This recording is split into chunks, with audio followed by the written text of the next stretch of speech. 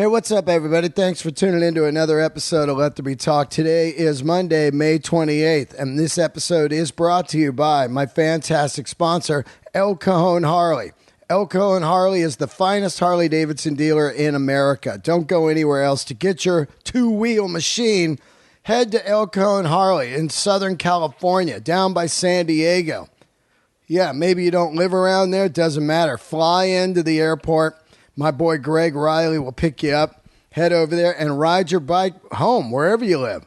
That's what I'm talking about, an adventure. Get on two wheels and ride across America, or maybe just ride down the street, wherever you live. Do not sleep. Get your motorcycle at El Cajon Harley. All kinds of great things going on there right now. They've got excellent selection of used bikes. They've got an amazing selection of touring with the brand new Milwaukee 8 engine. They can get you financed. Also, maybe you just need your motorcycle serviced. They got a great service department. They put together my machine, and it is rock solid, man. Go get new tires, brakes, whatever you need. Get ready for Sturgis. That's going to be coming up right around the corner. You want to have your brand new machine to ride across America to show off. You want to be like, look at this fucking badass Screaming Eagle Street Glide, and then just fucking turn up the tunes and be like, yeah, El Cajon Harley. Follow them on Instagram, Twitter, and Facebook. Tell them I sent you. Make sure you get your motorcycle at El Cajon Harley. I love these guys. They are my official sponsor of Let There Be Talk, and they have been sponsoring the podcast for a year now. So how great is that? El Cajon Harley.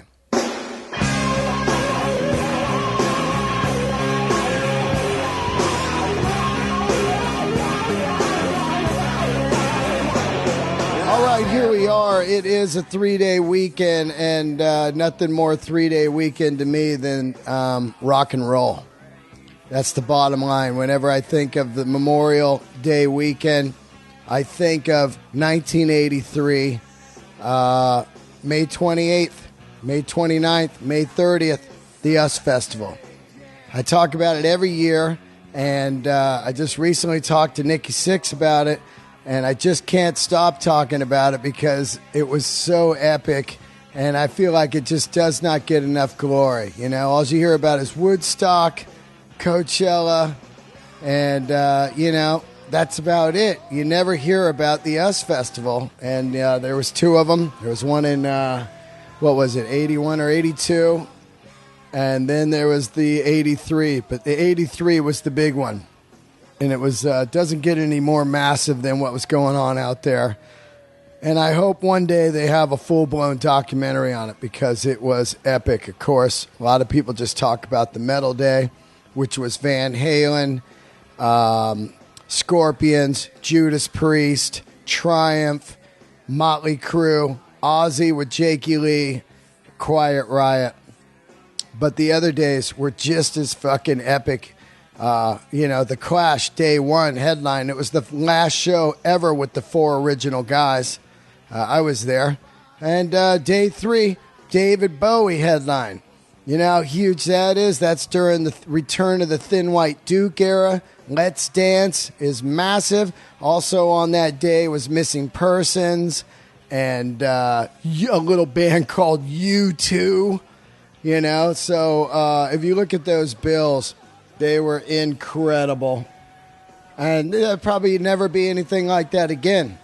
Or maybe. I mean, Coachella's pretty close, but I'm talking about just for the insanity, back then, just throw up something in the middle of nowhere. And, can you imagine you're like, here's, let me give you the rundown real quick. Saturday, The Clash, Men at Work, Stray Cats, English Beat, Flock of Seagulls, Oingo Boingo, Wall of Voodoo, In Excess, Divinals. Next day, which would be Sunday, Van Halen, Scorpions, Triumph, Priest, Ozzy, Motley Crue, Quiet Riot. Third day, Bowie, Stevie Nicks, John Cougar, Pretenders, Missing Persons, U2, Court of Flash, Berlin, Little Steven, Joe Walsh. The insanity of this weekend is not, like people say, oh, we got festivals now and stuff, but look at the caliber of those bands. The Clash, David Bowie, Van Halen, U2, Pretenders, John Cougar, Priest. I mean, all the bands. That's what was going on back in the day. It just seemed like everyone was good. You know what I mean? It was almost ridiculous. You're just like, I mean, when you go to Coachella, there's a lot of bands you skip. You're like, nah, I don't need to go to that, whatever. But there was no skipping a band on these days. You're like, I mean, just that New Wave day, the first day, you got to look at like Men at Work had a huge hit on the radio. Stray Cats was absolutely blowing up. Flock of Seagulls, Oingo Boingo, Wall of Voodoo. I'm on a Mexican radio. In Excess? Come on, man.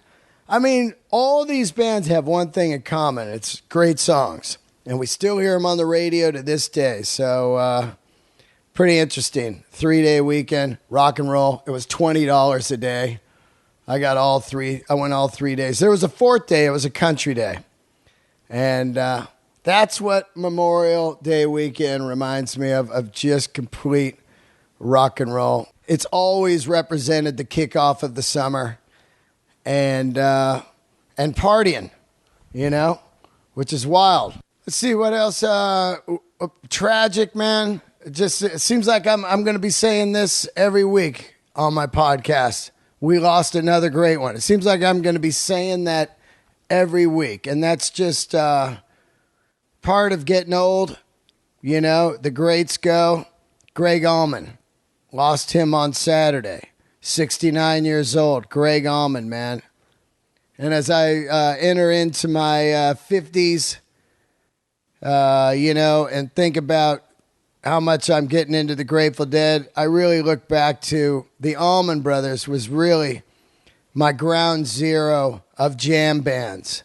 It was Allman Brothers, Mother Hips, and then Black Crowes. And that was my introduction to jam bands was the Allman Brothers. I remember being in Nevada. I worked construction. I used to drink at this bar after called the Bit of Honey. And I'd go in there, and Greg Allman would be in there. It's just like, I guess late 80s. It's hard to, it's a blur, but somewhere around there. And he would be in there just fucking getting rummied up, man, and causing trouble. The guy was a gangster. I loved him, man. He was a full outlaw. He'd be like, fuck you guys, rah, rah. And there would be all these epic stories around Marion County. Greg Allman was here last night, and his Corvette just fucking gassed, man. And I remember the first time I saw Greg Allman, actually. I was at, I believe it was New George's, when it was the old New George's, the one where the Dead filmed Touch of Grey, not when they redid it all. And I went there. I went for some reason. It wasn't like I was some Greg Allman fan or whatever. It's like early on, And Greg Allman was playing. He comes out. He's playing the B3, and he whips into Stormy Monday. And I was like, holy shit, man. This guy is great. There he is up there. The long blonde hair. Just hammering away on the B3. And immediately I fell in love with Greg Allman. I had the same hair, long straight hair. I grew out some sideburns. Got some fucking fry boots. Some bell bottoms, I was like, I want to be in the Allman Brothers, man. And I was hooked.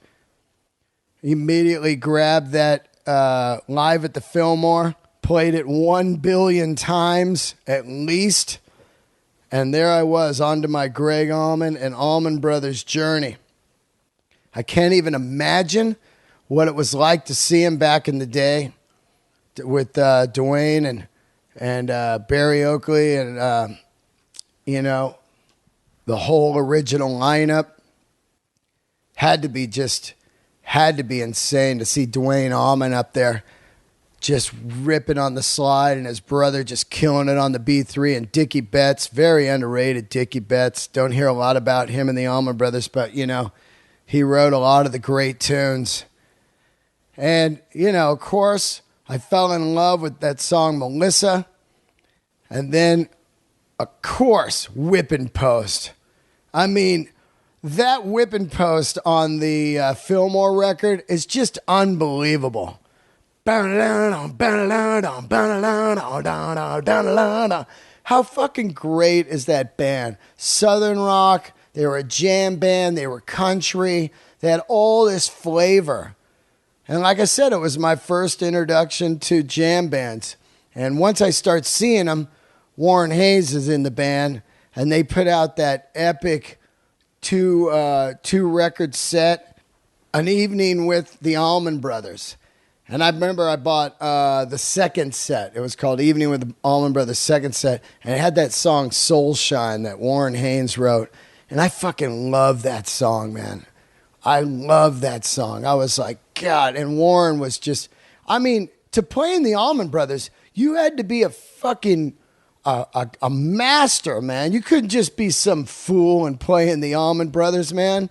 You had to be a master of your instrument. And, of course, the all-time best, Eat a Peach, which I have on vinyl, 2 different copies. I also have the Fillmore East on vinyl, the reissue and the original. Decade of hits. It goes on and on and on, Brothers and Sisters. The first record, I got that, oh, man, the Allman Brothers debut, so great. All these records they put out were just so original and so good. Oh, this is my favorite one. I forgot about this one. I own this one. Sunny at Stony Brook, New York, 1971. September 1971. If you haven't heard this one, it is fucking smoking. I forgot all about this. I love this one. Anyway, I'm going to get more into the Allman Brothers this week. I think Michael Devin and I are going to whip up an Allman Brothers episode because you can't just talk about them in a 5-minute, intro on my podcast. It's just too iconic of a band. And we'll get into that. But long live Greg Allman, man. He lived it hard. And now he's gone, 69, but I don't think he would trade anything for it. That guy was an outlaw. He partied, he lived it, and 100% rock and roll. Speaking of outlaw and 100% of rock and roll, my guest today is the definition of 100% rock and roll frontman. And let me tell you a little story since I played music and sang. If back in the day, to find a frontman was almost impossible. To find a good frontman, it was just, you just settled. A good frontman and a good drummer were hard to find. Guitar players were everywhere because Eddie Van Halen and Jimmy Page and Randy Rhoads, everybody wanted to be the guitar god. But singers, like myself, usually it just happened because no one else would do it. And you go, I'll sing, And to find one that you say, oh my God, that's a fucking frontman. I'm talking about a frontman that when you take out an ad looking for a frontman, you put that guy's name in there, like wanted frontman. And this is a typical frontman ad in the Recycler. In LA, they had a magazine called The Recycler, and you would put ads in there looking for musicians, and it was so fucking funny because they were all so cliche and the same. But it would be basically, it would run like this: wanted frontman, in the vein of David Lee Roth, Robert Plant, and who else would they mention at the time? Steven Tyler. Okay, let me redo the ad. Wanted frontman with chops. They would always say that. With vocal chops. We are a rock band with major label interest. Looking for a lead singer. Long hair and good looks a must. No fatties. Must have attitude and no Yoko Ono girlfriend. No druggies, but weed and booze is cool. Let's take on the world. That would be the ad. Always. No druggies, but weed and booze is cool. No fatties would be in there. Straight up, no fatties. Must long hair and good looks a must. My point is, if this guy walked in, my guest today, Sebastian Bach, you would fucking lose your mind because you would go, oh my God, we are going to be rock stars. To have this guy walk into your audition and sing something like The Youth Gone Wild or 18 in Life or I Remember You or Quicksand Jesus or Slave to the Grind or Big Guns, you would just be like, holy fuck. You would pray the guy wouldn't get snatched up by somebody else. That's all you would do, man, because that is how rare a frontman is. And my man today, my guest, Sebastian Bach, is the definition of frontman. What comes with frontman, a real frontman, is the lunacy, the 100% eat, sleep, shit, rock and roll. As the great Henry Rollins would say, a man that you look at and would think this guy could do nothing else. If he doesn't sing in a band, he will be dead. That is a frontman, and that is Sebastian Bach. And what comes with that, when you need and want an excellent frontman, you're also going to get an artist, which means there's not going to be, any way to contain this animal. And the reason I say this is watch out what you wish for. You wish for the best front man, the lunatic, the wild man. And when you get that, all of a sudden you're like, oh no, he's crazy. And, But yeah, that's what a great front man is. You don't pull a tiger out of the cage and not expect it to fucking scratch your eyes out, man. A wild tiger. And as corny as that sounds, that's what a great frontman was. And the frontman is pretty much gone these days. There's some good ones out there. Jay Buchanan from Rival Sons, excellent frontman. People that you look at and go, look at that guy. He's a fucking star.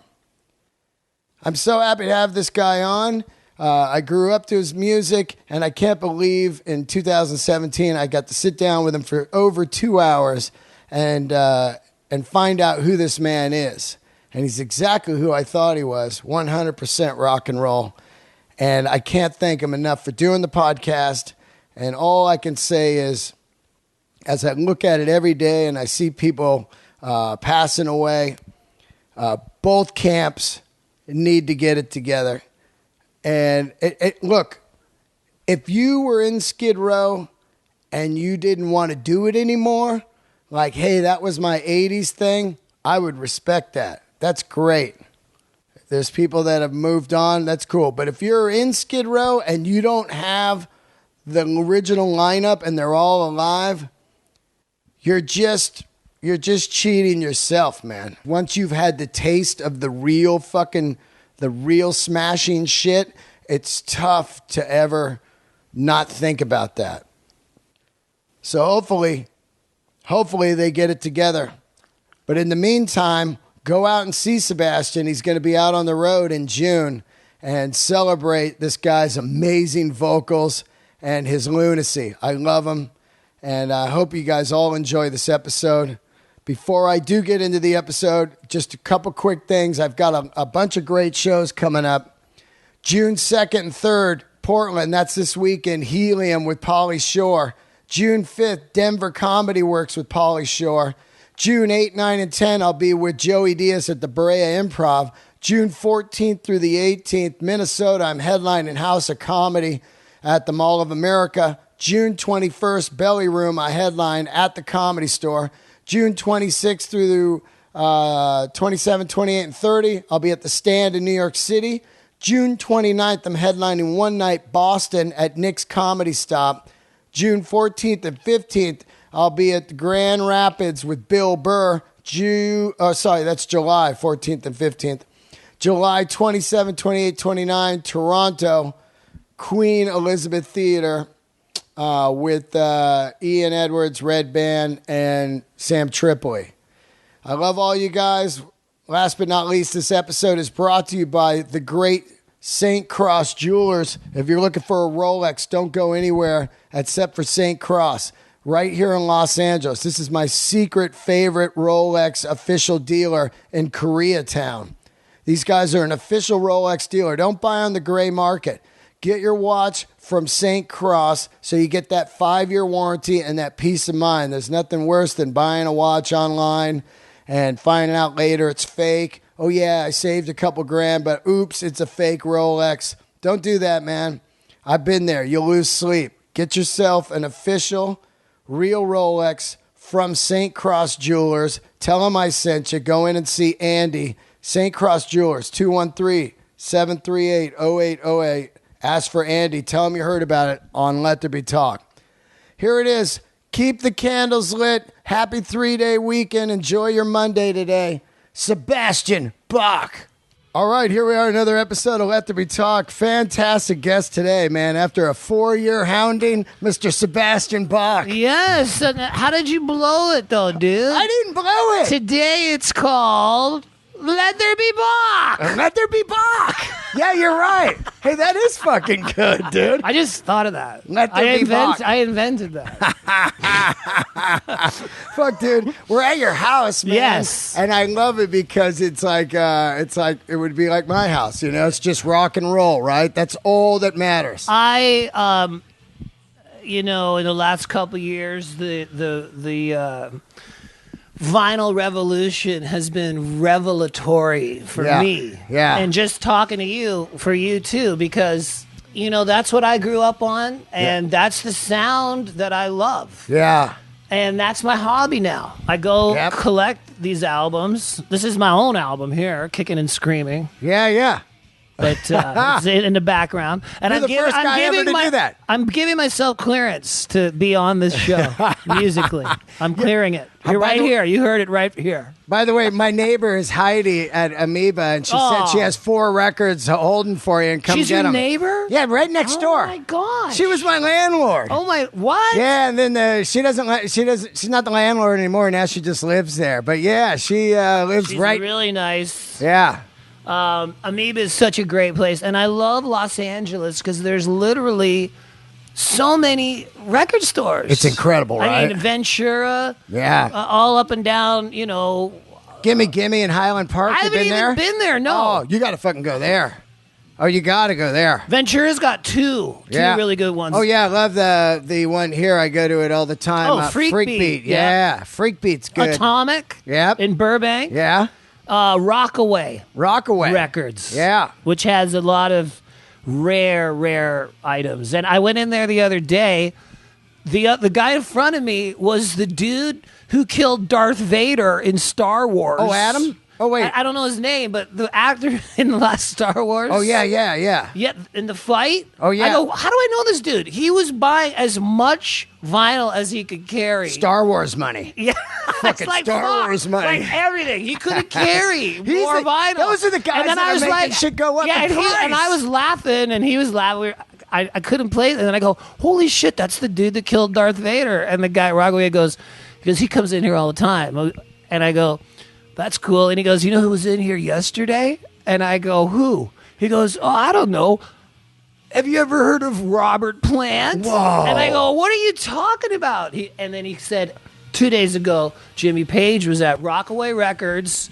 I go, what the hell are they buying? He goes, like obscure blues artists. Yeah. Odessa, someone or other. Well, Jim, that's Jimmy Page, man. Like that's all he does. That's how cool LA is. Yeah. Is that the dudes in Led Zeppelin go record shopping here? I saw you have the Golden God photo there, the Robert Plant, man. Yeah. It's so when you think about LA, dude.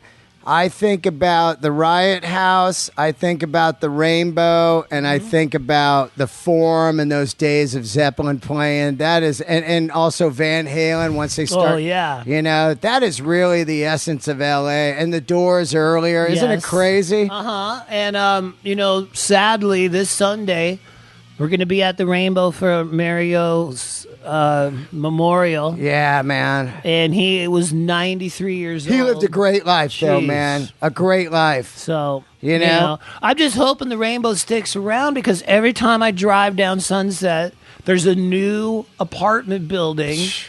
And it's going straight up. Yep. And then the Rainbow's just like right there. I know. Like, they're tearing down the House of Blues this week. And, really? The only thing left is going to be the Comedy Store, the Whiskey, the Roxy, and the Rainbow. That's it. You know, like they're putting all these hotels up, but what are the people going to do? There's not going to be anything to do. They're going to be like, this used to be great. Oh, my Stay in your room now. Well, I don't know what to say about that, but maybe it'll stay. Oh, no, hell yeah, I hope so. Yeah. I absolutely hope so. Now, dude. Fuck, I forgot about that riff. Well, I'm getting ready to go back out on the road. Yeah? On June. I'm playing all of June in the United States. Who's in the band? Right now, who's in the band this June is I can't say that right now. Oh, you can't? I can say the drummer is Andy Sinisi from who was recommended to me by my friend Adam Jones from Tool. Oh, yeah. Which is random. Wow, you know Adam? He lives 2 houses down from here. Are you kidding me? And we hang out all the time. He's one of my new buddies. Yeah. He's right down there. That's it. You know who used to live right over here behind Oil Can Harry's in the fucking 80s was Adler. Steven Adler. Really? Up behind Oil Can Harry's there, man. Oh, right on. Yeah, I remember going to his house when Davey Vane had that band Road Crew with What him. year was that? I think it was probably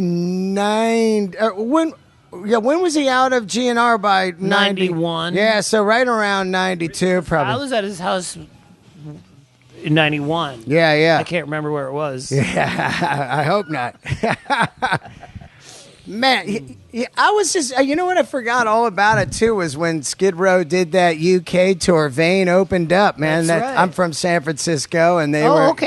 Why do I thought you were from Canada? No, man. What the fuck's wrong with me? You're from Canada, not me. Right, that's me. Whoops. Well, I do have very deep roots in San Francisco. Yeah? Yeah, they're gray. Anyways, no. Fucking got you.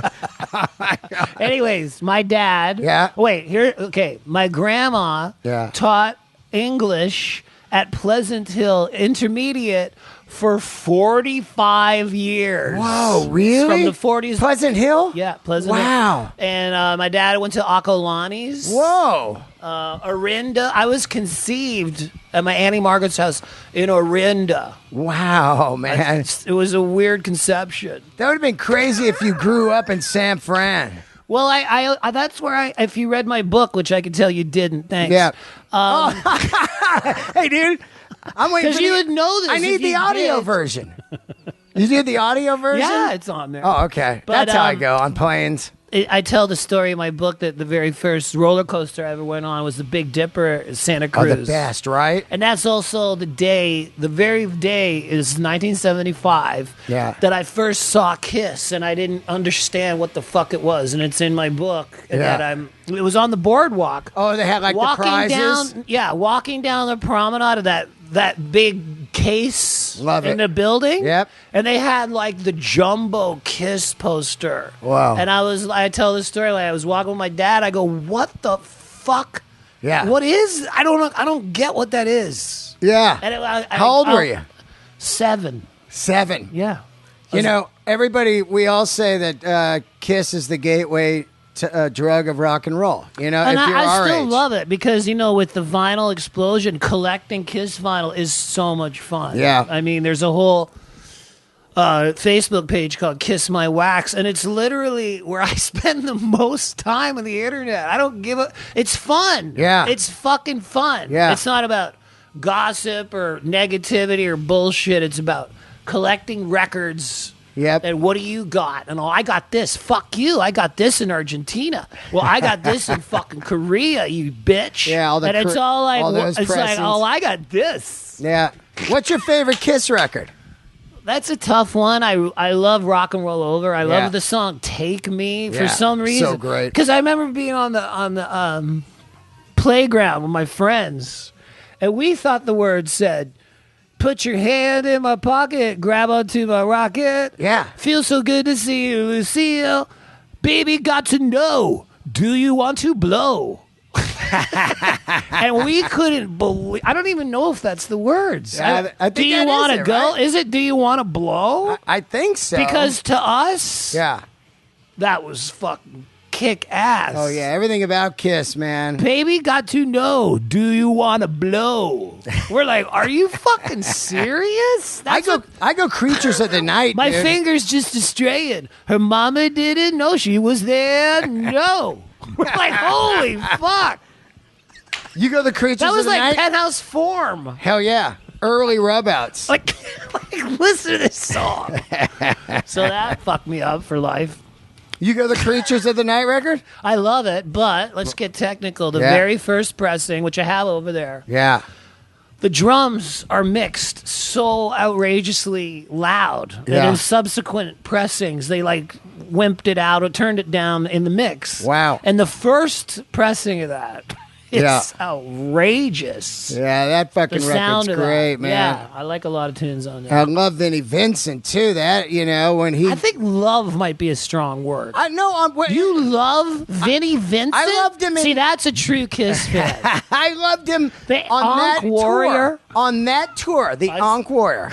Hell yeah, Motley Crue opened, Shout at the Devil. I was at the San Francisco Civic. I saw that in Toronto, and Accept opened. Oh man, well I had too. Motley, and Yeah. then they, Vinnie Vincent had the Randy Rhoads Yeah. gold-colored You know, one. going into that show, I didn't even know that Ace wasn't in the band. Yeah. I saw the T-shirt. I go, what the fuck? What's You up didn't with know? the Ankh Warrior? I was like, now I have to fathom the Ankh Warrior. The Ankh Warrior. God, man. I think back to the days, man. You were on ground zero of some of the monstrous tours of all time. Well, yeah. I mean, you look at you did the New Jersey tour, which was huge Jovi record. You know what sucks, though, dude? What? When you say that to me, Yeah. the first thing that comes to mind is Chris Cornell. Oh. And I just, I can't tell you that I was a great friend of his. Right. But we took them on the Bad Motorfinger tour for 3 weeks, which is, a month out of your life. That's a long time. Well, it's not that long. On but, the road, but though, it feels like a long There time. was a lot of gigs. Yeah. A lot of people saw us, and including the gig we did at the Fox Theater in Detroit. Wow. That's where we brought them there. Probably for the first time. I don't know for sure, but That's fucking shat. it's brutal. It's brutal. That's It's the brutal, word, dude. It's like brutal. it's supposed to be fun. Rock and roll is supposed to be fun, man. It really is. That's interesting that you say that you brought just- them out because, there's so much weight put into that, grunge killed 80s rock and everything, and it's so wrong. It's really that the labels killed it because they, and the press too. And the press, Because yeah. I talked to Dave Grohl about that whole thing, and he's like, "Dude, that was a fucking press." That was what he told me. He goes, "That was some shit that was all in the press and magazines to sell magazines." He Yep. goes, "We're like the same guy. Like we play rock. Yeah. we get up there and rock." Yeah, yeah. I I've mean, like partied you with guys him. brought Pantera out on tour, On you their know? first tour, and and Soundgarden was on that tour too. I think we did one show, all three of us. Wow. I know we did. I think it was in I can't remember where it was. Maybe Chicago. But we did one show. It was Skid Row, Pantera, and Soundgarden. And I think a Dimebag. Yeah. And I think a Chris Cornell. Yeah, it's brutal, man. I mean, it's just the mood I'm in right now. yeah. Well, I mean, I'm so thankful that we're alive. It's so weird that you get so affected by a musician dying. It's like not, you don't know them that great, or they're not in your family, but when you listen to someone's music for decades, Yeah. it feels like they're part of your family. Absolutely. Like in a weird, really weird way. Well, better than You your know? family because you're with Because your them family all the is time. jerks. yeah, exactly. You know what I mean? Sorry, I'm just joking about that. That's how art is, though, man. You fall in love So with weird, something. yes, You know, I that's just saw the the word. Grateful Dead movie yesterday, and it's a 4-hour documentary. And even if you're not into the Dead, you go check this out because you realize the weight that was all put on Jerry Garcia, man. Like he's the Messiah, he's the God, you know, and he couldn't even leave his fucking hotel room, man. Yeah. After a while, that just is brutal. Well, you know, that reminds me of the Eagles documentary, Yeah. History of the Eagles. Love it. And right as I was getting into that, and like Joe Walsh in that thing, like I flipped on how cool he was, and I bought his whole catalog and got into that. And then Glenn Fry dropped dead. Yeah. I know, that was crazy. And I could have seen them at the Forum, and yeah. I was doing something like a fucking idiot. Oh. I think you remember. It was like right before he died. I was like, I'll see him next time. There's not a next time. There's not a next time. I You tell people missed that it. all the time, You missed man. it, buddy. Yeah. And when people say, hey, I see you're coming to town, but I'll catch you next time, I'm like, You don't know if there's. well, there's a few things. You could be dead, or there won't be a next time because you didn't come out and there wasn't enough people. Now the club won't there book you go. Well, there's the white elephant in the room. Fuck yeah, dude. Yeah, that's some real shit, That right? is some real shit. It's an interesting thing, man. You've been playing music all your life since what? You're like 14, 15 years old. Yeah. And, you know, how old are you now? I'm 51. 49. 49. You're going to be 50 coming up. My next birthday's 50. Yeah. Wow, man. That is crazy. Life is short, right? Oh yeah, it's short.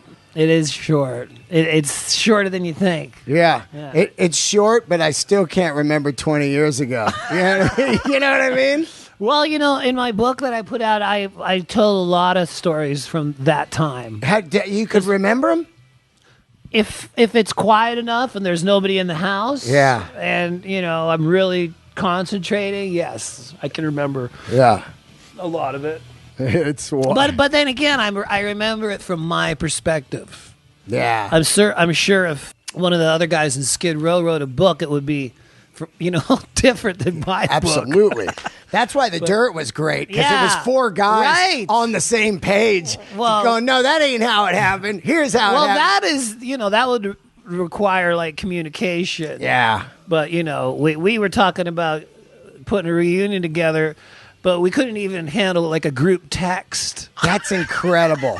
That's Like, incredible. it was like after a couple texts, fucking just misery. How does the text start? I'm like, can we get in the fucking room? Yeah. No, that's out of the question. How does the text start? Hey, it's me. And Rachel goes, hey. How does it start? Yeah. I'm not going to name names because Okay. Lord knows, it's enough of a mess. Yeah. But hey, we want we want to talk about maybe getting back in the same room together. Yep. Let's let's let people work. Let's see if we can do this. Right on. This is going to be simple, man. Yep. This will be great. And then I'll read on Blabbermouth. The singer of Dragon Force is the guy, and then I'll text, "What the fuck's up, man? Yeah. Like, really? Like, Yeah. what happened with this? Oh no. What? Well, then why don't your manager call my manager? So then their manager won't talk to me, and they won't talk to my guy. So what the fuck's going on? And then there's gigs booked. Like we had gigs. Like we had like a whole tour. Wow. This summer at all those, Rock in the Range. Yeah. It was all going to happen, but then it just didn't happen you'd have to do an interview with those guys. Yeah. But as we said, everybody's dying, so what's up? It makes no sense. Just go separate It's like, buses. how long? What do you want to do in your Van 70s? Halen does it. Like, what- Van Halen does it. Just separate buses, walk on. It's too simple for me to even say no way. Like I don't understand. I don't know what the fight's about. Yeah. Yeah, I tried to figure out what it was about too as I was reading, and you know, of course, it's this infamous. You booked this Kiss gig. Oh, who cares? I know, right? And that's whatever. in '96. How could you? There has to be some other shit, right? Like, how could it be that? Well, you know, I know that I've said rotten shit. Of course. But the thing is, I'm only a human being, and another thing is, part of my sense of humor is like. Yeah, I'll say something funny that I think's funny that they'll take not funny. Yeah, you know. Yeah, I mean, that's crazy to me. I could go into more detail, but I don't know if I should. But I don't know. Well, no, for real though. I'm just trying to figure it out because when you look at it, it makes no sense at all. The last contact I had with them, they did a gig down in Texas, Skid Row, opening up for Tiffany. And I didn't think it was true because somebody sent me a poster on Twitter. Right. And I thought it was fake. Yeah. Because it was 80s night. Tiffany, Flavor Flav, and Skid Row with the Skid Row logo on there. I go, this is not true. Yeah. So I sent it to Eddie Trunk. He goes, that's bullshit. Yeah. So then I did a gig in Jersey, and this guy came up backstage. He goes, hey, I'm Rachel's best friend. I go, dude, please, can you ask him what the fuck is up with this? Yeah. Then the next morning I woke up, and it was like, you know, just how you're ripping me apart and to my friends. And I go, dude, I'm just fucking asking I'm just, is this true? Is this not true? Can I not just fucking... I'm not ripping anybody apart. Yeah. I'm like, are you guys opening for Tiffany? Like, it's a question that I could maybe ask, being that, you know, when people see the Skid Row logo, most of them think I'm going to be there. Yeah. So maybe that's something I could maybe address. Yeah. You know? It's like, that was the last contact I had with them. Wow. Opening for Tiffany. Now, that's crazy, too. I was just asking. When you think about in 96 where they said, we don't open for Kiss, we're fucking big. You know what I mean? And now they're opening for Tiffany. I mean, I don't know. You know, it's... You know, this is all happening at the time of the Guns N' Roses reunion where I'm jamming on stage with Guns N' Roses. Yeah. We could probably maybe do a gig with them. I truly thought that was going to go down secretly. I thought that was secretly going to go down. But that, again, that would require the completion of a group text. Yeah. And that's fucking way too crazy. Like, oh my God, dude. Like agreeing on a thread of a text. I think that's impossible. I think you are like the monster front man, and eventually people like him or the band are like, oh man, we can't take that. But that's what you want in a front man: dangerous, insane, an animal, right? What can't they take? Success? Like, what the fuck? Look at my house. Yeah, where I live. Like, I do very well. Yeah. And I pick and choose what the fuck I want to do. Yeah. I'm lucky to be able to do that. But you know, I just look at the clock. It's crazy, right? I look at the time. And you can still sing the shit. Well, now that I live in L.A., I have a L.A. band going. So I'm rehearsing all the time, like last night. So that's the way we always used to get good. Instead of having a band where you're flying in musicians from all over the country. Right. Getting them hotels and plane flights.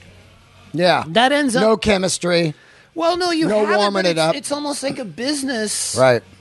Like that. Whereas if you have a band like that you all live close to each other, and you rehearse, I mean, you can record, write, like that's like a real band. Yeah, I know it seems crazy to people, but for the last 20 years, I've been flying people all over the fucking world every time I want to do something. Yeah, and I'm like, dude.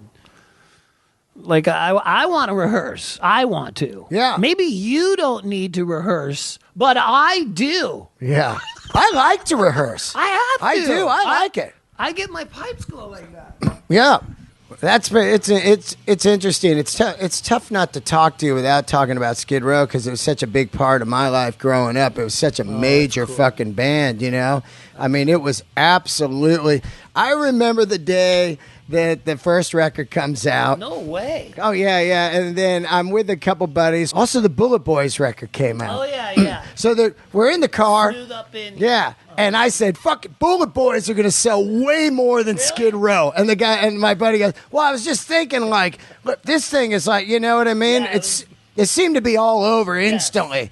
And then my buddy goes, no way, man, Skid Row's going to crush them. And then a year later, he goes, pay up, motherfucker. And I was like, wow, I'll gladly pay Dude, your up. buddy knows what's up. I know what's up, too. But I'm just looking at, back then, Warner Brothers was a machine. You know what I mean? If you were on they Warner had Brothers. Ted Templeman. Yeah, right. And it was and like. that video Oh, yeah. was killer. And it was the new Van Halen. And it sounded so much like Van Halen. Yeah, and they were great, you know. I But, love that song. but then eventually, you know, you had.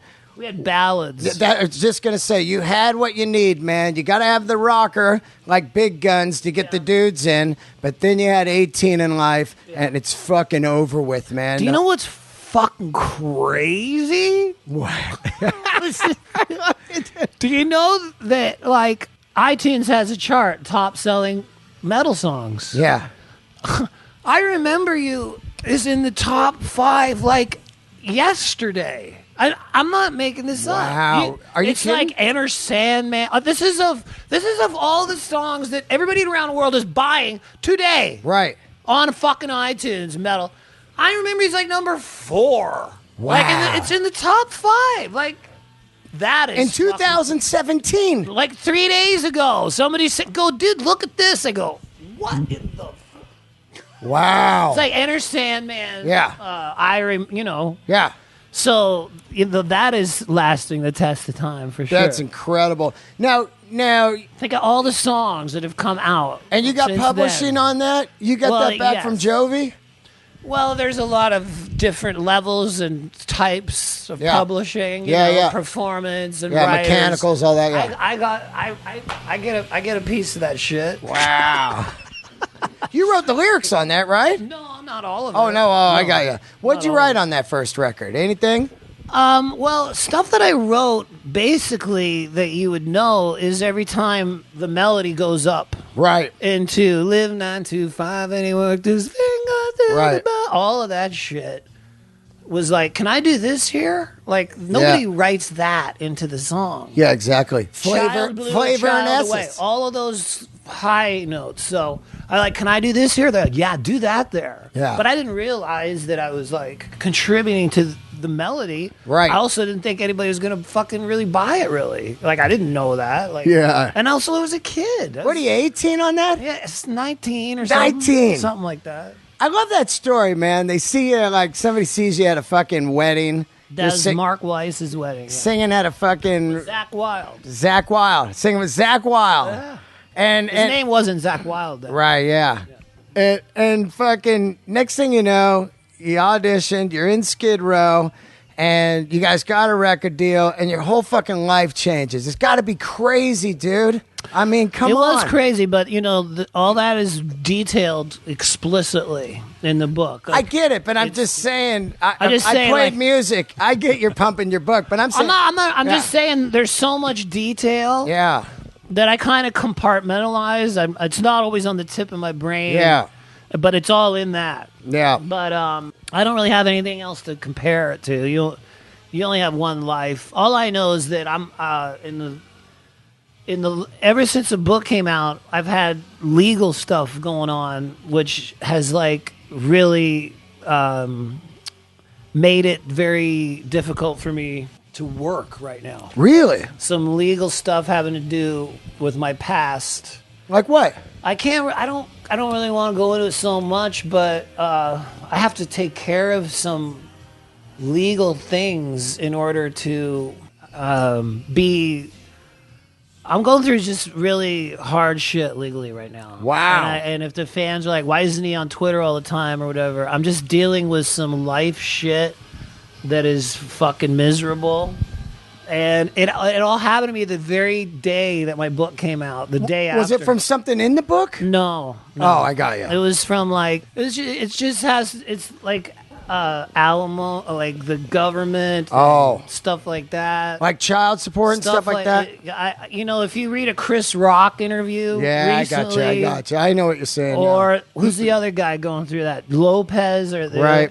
They do these. I could give a shittier interview than Chris Rock about what my life is like. Your right now. ex-wife? I'm going through stuff, and it all happened the day that my book came out. I was walking to Kennedy, the chick on Fox News Live, to go live on television. Yeah. Right? Yep. Day my book came out. And I'm walking to the thing, and I get this news on my phone Yeah. that would drop people to their knees or make guys jump off a fucking building or something. Wow. Other guys. I go, I can't fucking do this interview. And it's all live, and everybody's there. And then I go, dude, you have to do this you have to do this interview. Oh, and fuck. I could never watch it, but it was the hardest thing I think I've ever had to do in rock. I had to sit there and just go and just compartmentalize like I never had to. Wow. And not like break the fuck down right on live television. That's crazy. And then I had to go to Rolling Stone after. I couldn't go. I literally couldn't go to Rolling Stone. Okay, that's how fucked up this was. Wow. And I'm dealing with this every day, and I'm just saying, if the fans like, where's his new record or whatever, I'm going through shit right now. I have to deal with this life stuff that's fucking staggering. It's just unbelievable. Other guys my age that have gone through divorce, like Willie Nelson, I've heard him do interviews. Yeah. And he goes, have you ever been through a divorce? And he goes, if you have, it's fucking misery. It's rough. It's all really about the rough. lawyers, too. It ain't about the people, But it doesn't right? seem to ever end. Yeah.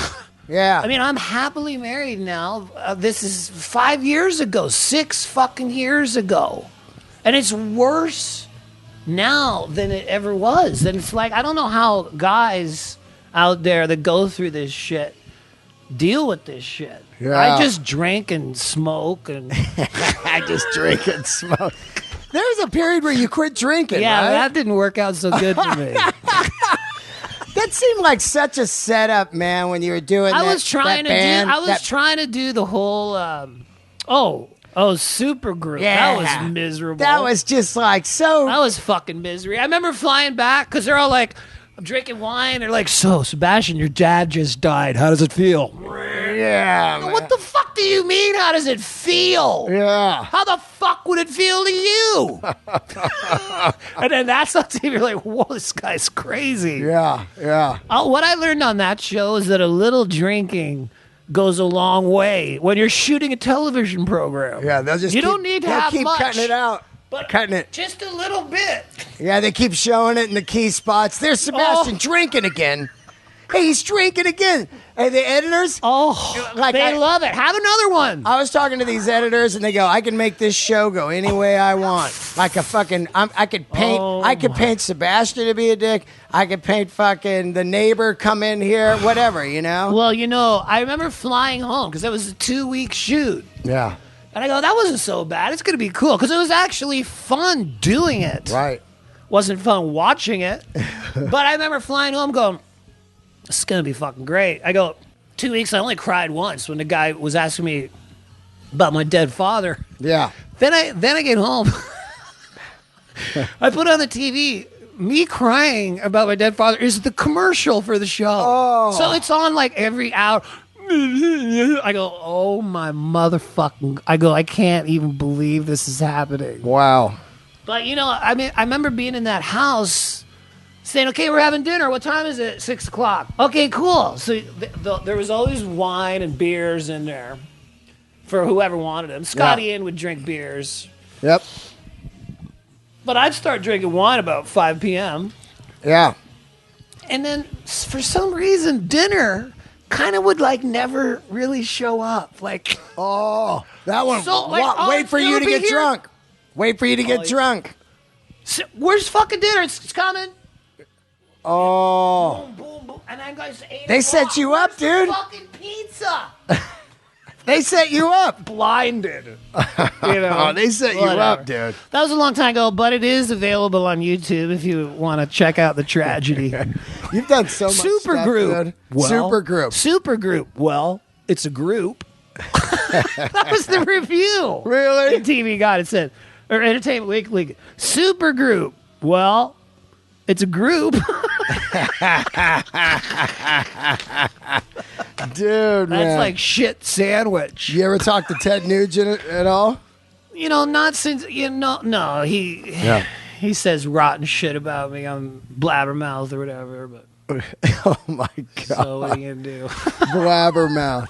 I know, I like Blabbermouth, I do. But as the years go on, I realize that what they really like to do is start fights with music. That's what they love. Well, that draws people in so they can sell advertising. Well, but it's not what music's about. I know. It's not about you don't have to tell fighting. me. You didn't hear Jimi Hendrix fucking whooped Eric Clapton's ass the other day. When did you fucking hear that shit? Nope. But one of my favorite, because they've had me in quarrels with musicians, but nothing ever topped the headline: Bach slams pussy sweet. That was the best headline in the history of Blabbermouth. What? Say it again. Bach slams pussy sweet. You're fucking right, he does. Every fucking night. Whoa. Oh, my God. Dude. I was like, there's a good headline. Wow. And what was the story about? I'll leave that up to you. You can go Google that shit. Okay, I'll look at that one. I liked Blabbermouth, but they only cover like 5 bands. Yeah, Corey Taylor. Yeah. Vinnie Vincent once in a while. Vinnie Vincent. You know what I mean? They do the Onk Warrior? Yeah, the Onk Warrior. No, and then it's like Lars. They're always riding Lars's ass. Like, Lars. And then they'll get, Phil Anselmo. Yep. Always on him. Yeah. Always on him. And then Sebastian, you know. I've been out of the public since that incident, but getting back into the scene now. It's good, man. It's good. It was great to see you at the comedy show last week, man. I love coming down there. It's so fun to have you there, man. It is. Thank you for having me there. In the 80s, were you big on comedy? Were you into Kinnison and Dice? One of my favorite things ever is SCTV. Okay? Oh, yeah. And I collect all that. Oh, I have Canadian. every episode. That's a very unique humor. Yeah. One of my favorite comedy things in the 80s was Eddie Murphy. Oh, yeah. Delirious. Absolutely. But I hadn't seen it in decades when they put it out on DVD. Yeah. So I said to my son, I go, you guys got to see this, man. This is hilarious. Yeah. And then it's like, he put it on. Yeah. And he's like, he don't get the references. Norton. Yeah. He pulled out his old Henry bar out of my ass. Yeah. He doesn't get the references. But like words that you can't say. I was about to say one of the things, but I don't want to say it. Yeah, of course. Words it's a different that you can't. time. Yes. It's a different time, man. So I put it in for 1 second for my kids, and then I fly up and stop. I go, what the fuck? What were we watching back then? Fuck, I know. That's a hardcore. It's such a different era. Do you have a hard time dealing with the era now, the PC era? Do you think is it strange on you? Well, the internet's not PC. Right, you're right there. So I mean, they have this whole thing on Blabbermouth with the comment section, right, which is pure fucking misery. Oh God. So sometimes, I'll go in there and I'll just turn it into a shit show. Under a secret name? No, under my name. Under with your the name? check mark and everything. Really? Like, meet me at fucking Chick-fil-A at fucking 2:30 p.m. Sunset Boulevard. No shit? Well, I'm just like, here's the medium. Yeah. What do you do with this? Yeah. You could just read this shit? How's about I fucking respond to this shit? Wow. But I don't do that too much. Yeah. But, I mean, I love you. You're so outlawed. You've always been outlaw. Well, always. Never more than now. Never more. No way, dude. I mean, in the 80s, the shit I'm going through is very hard to deal with, but there was no one more fucking outlaw than you, man. It was always in trouble, but that's what a great frontman was, right? well, I was raised to think that rock stars can do what they want. One of my friends now is Fred Durst. Yeah, From yeah, Limp I know Fred Bizkit. quite well. And he's a great guy. Yeah, I And did a movie with him. You did? Yeah, he did. He directed The Long Shots with Ice Cube and threw me in the movie. And an old friend of mine.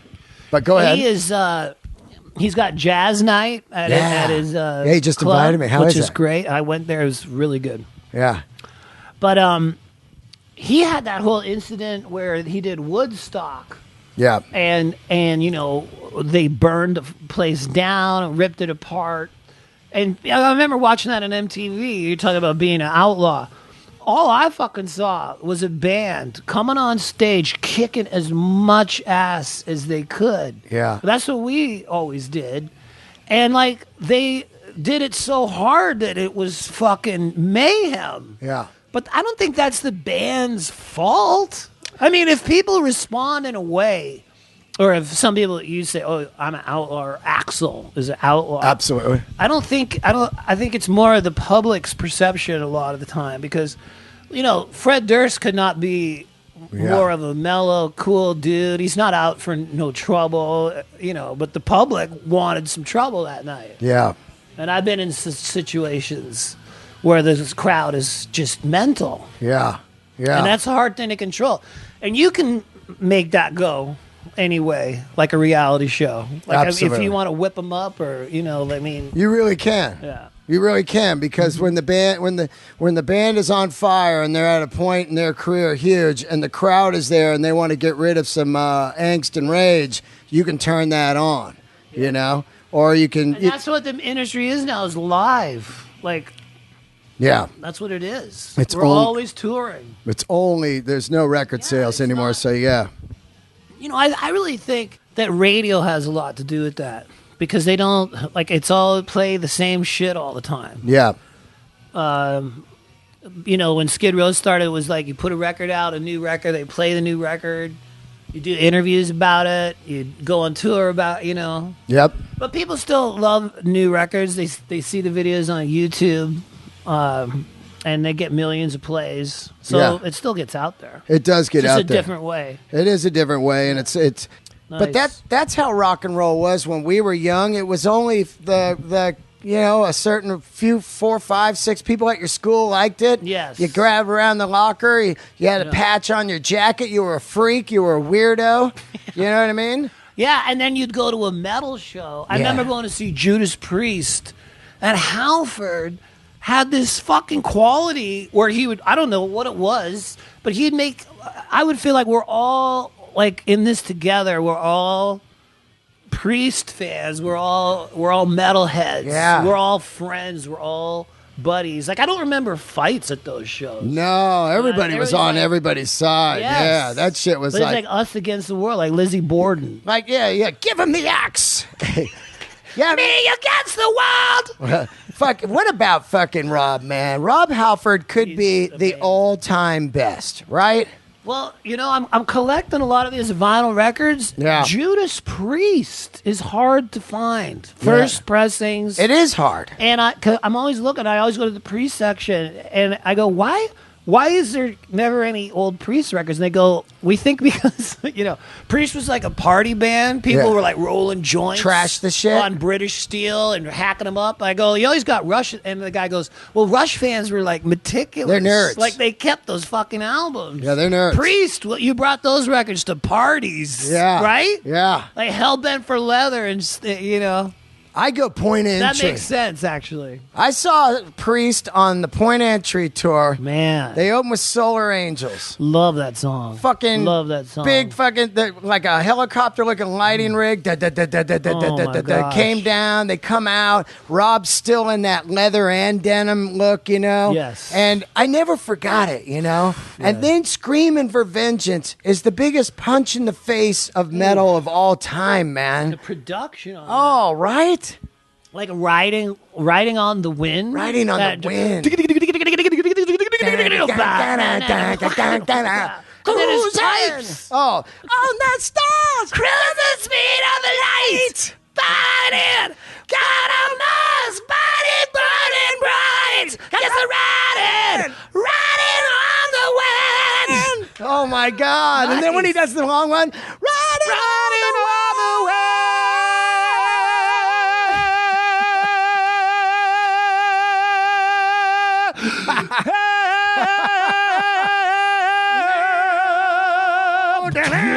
God damn! That is a record, man. That is a fucking record. It is You know, beautiful. MTV, they caught lightning in the bottle twice.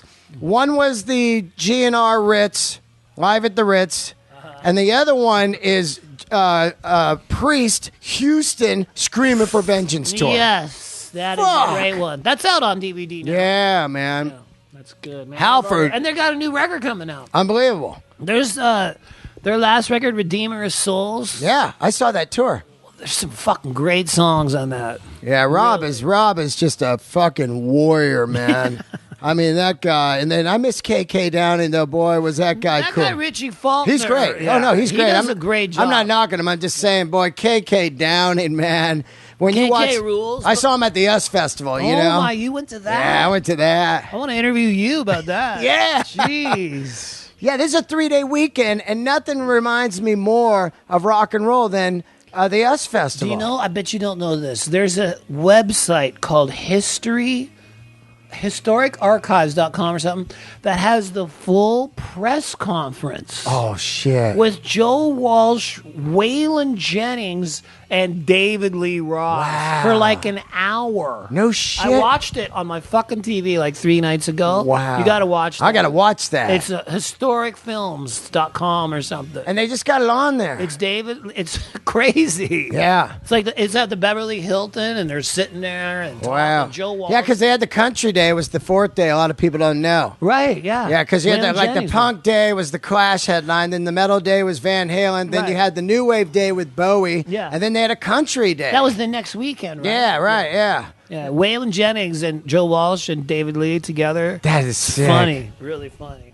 You got this amazing Eagles. That's from the Long Run, Yeah, which I think is one of the great records that the Eagles did. A lot of people they downplay the Long Run. well, Live in the Fast Lane. You know, that's Come on on. that's on Hotel California. Long Run. Are you? Yeah. I don't. Hell yeah. Hell yeah, dude. You're talking to an Eagles fucking master, dude. Is your shit in alphabetical order? It is. Wow. Oh, look, I just saw Appetite. Yeah, I got 2 Appetites, original cover, and then one other cover. There it is, dude. Life in the Fast Lane, brother. Oh, yeah.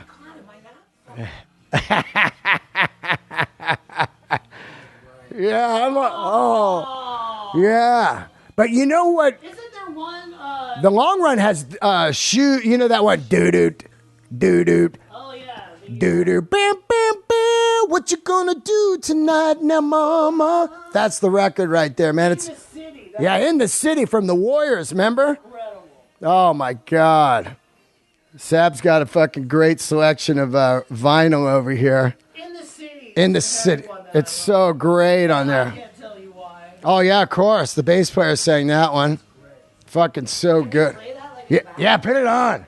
Yeah. He's throwing on Eagles Long Run right now, which is just a classic. I'll describe Sebastian's house while he's changing the record. Okay, he's got a lot of, are these Neil Zalzar?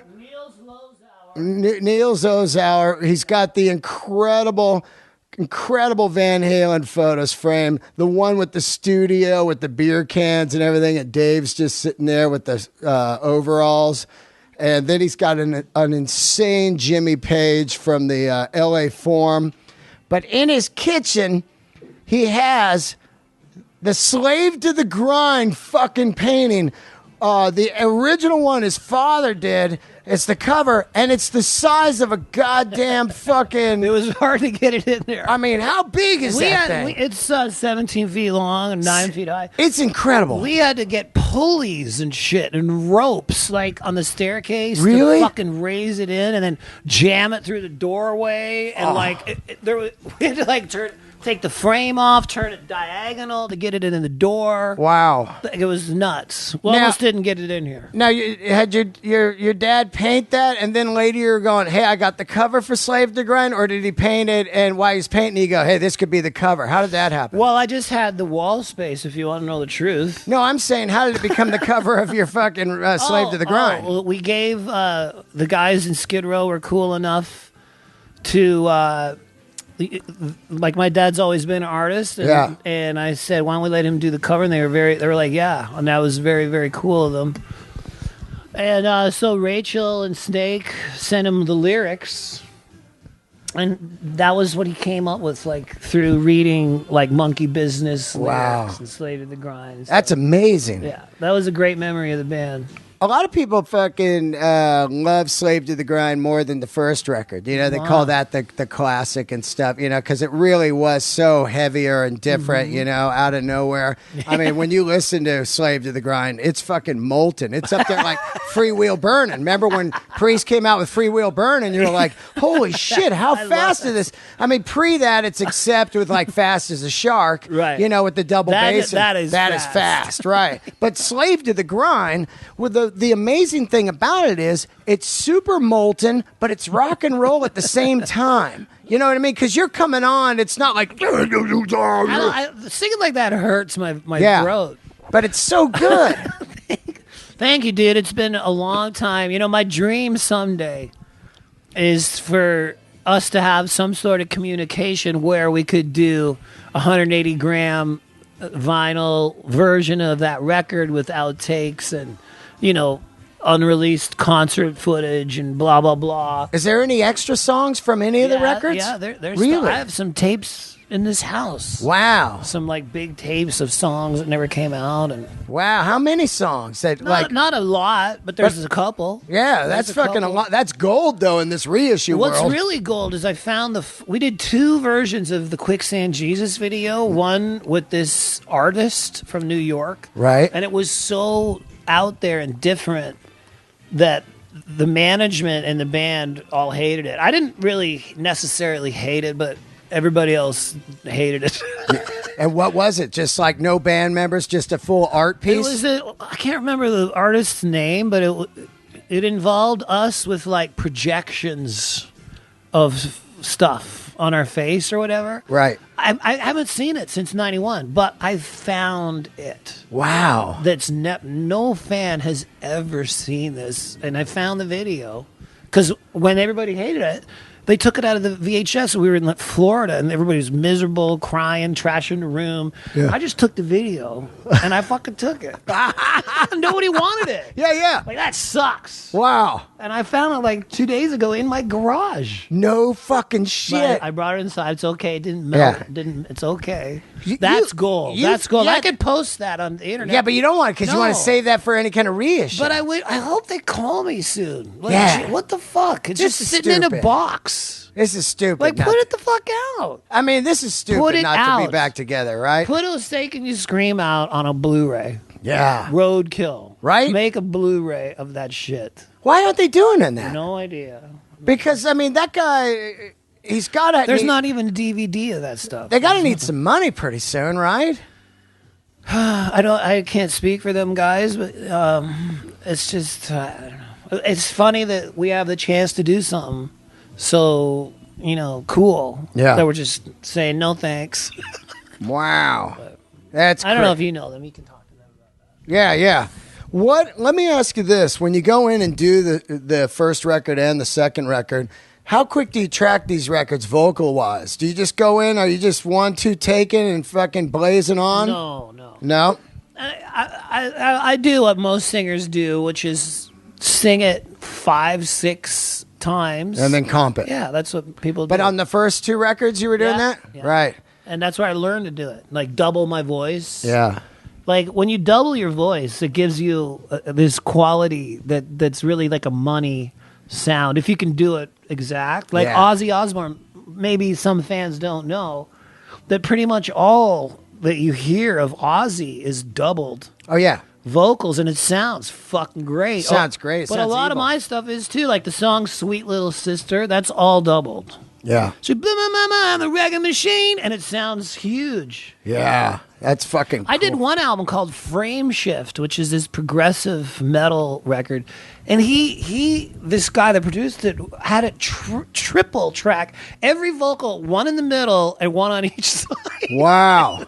Wow, that's some stoner that's a bit shit there. much, though. Yeah. You know, my next record, I don't want to have much doubling at all. Like, I want to go back to the roots of music, like with acoustic-based songs. You know, adding shit onto them. But one of the songs that for me has lasted the test of time in my career is called "Battle with the Bottle," which is this song I wrote with John Rich.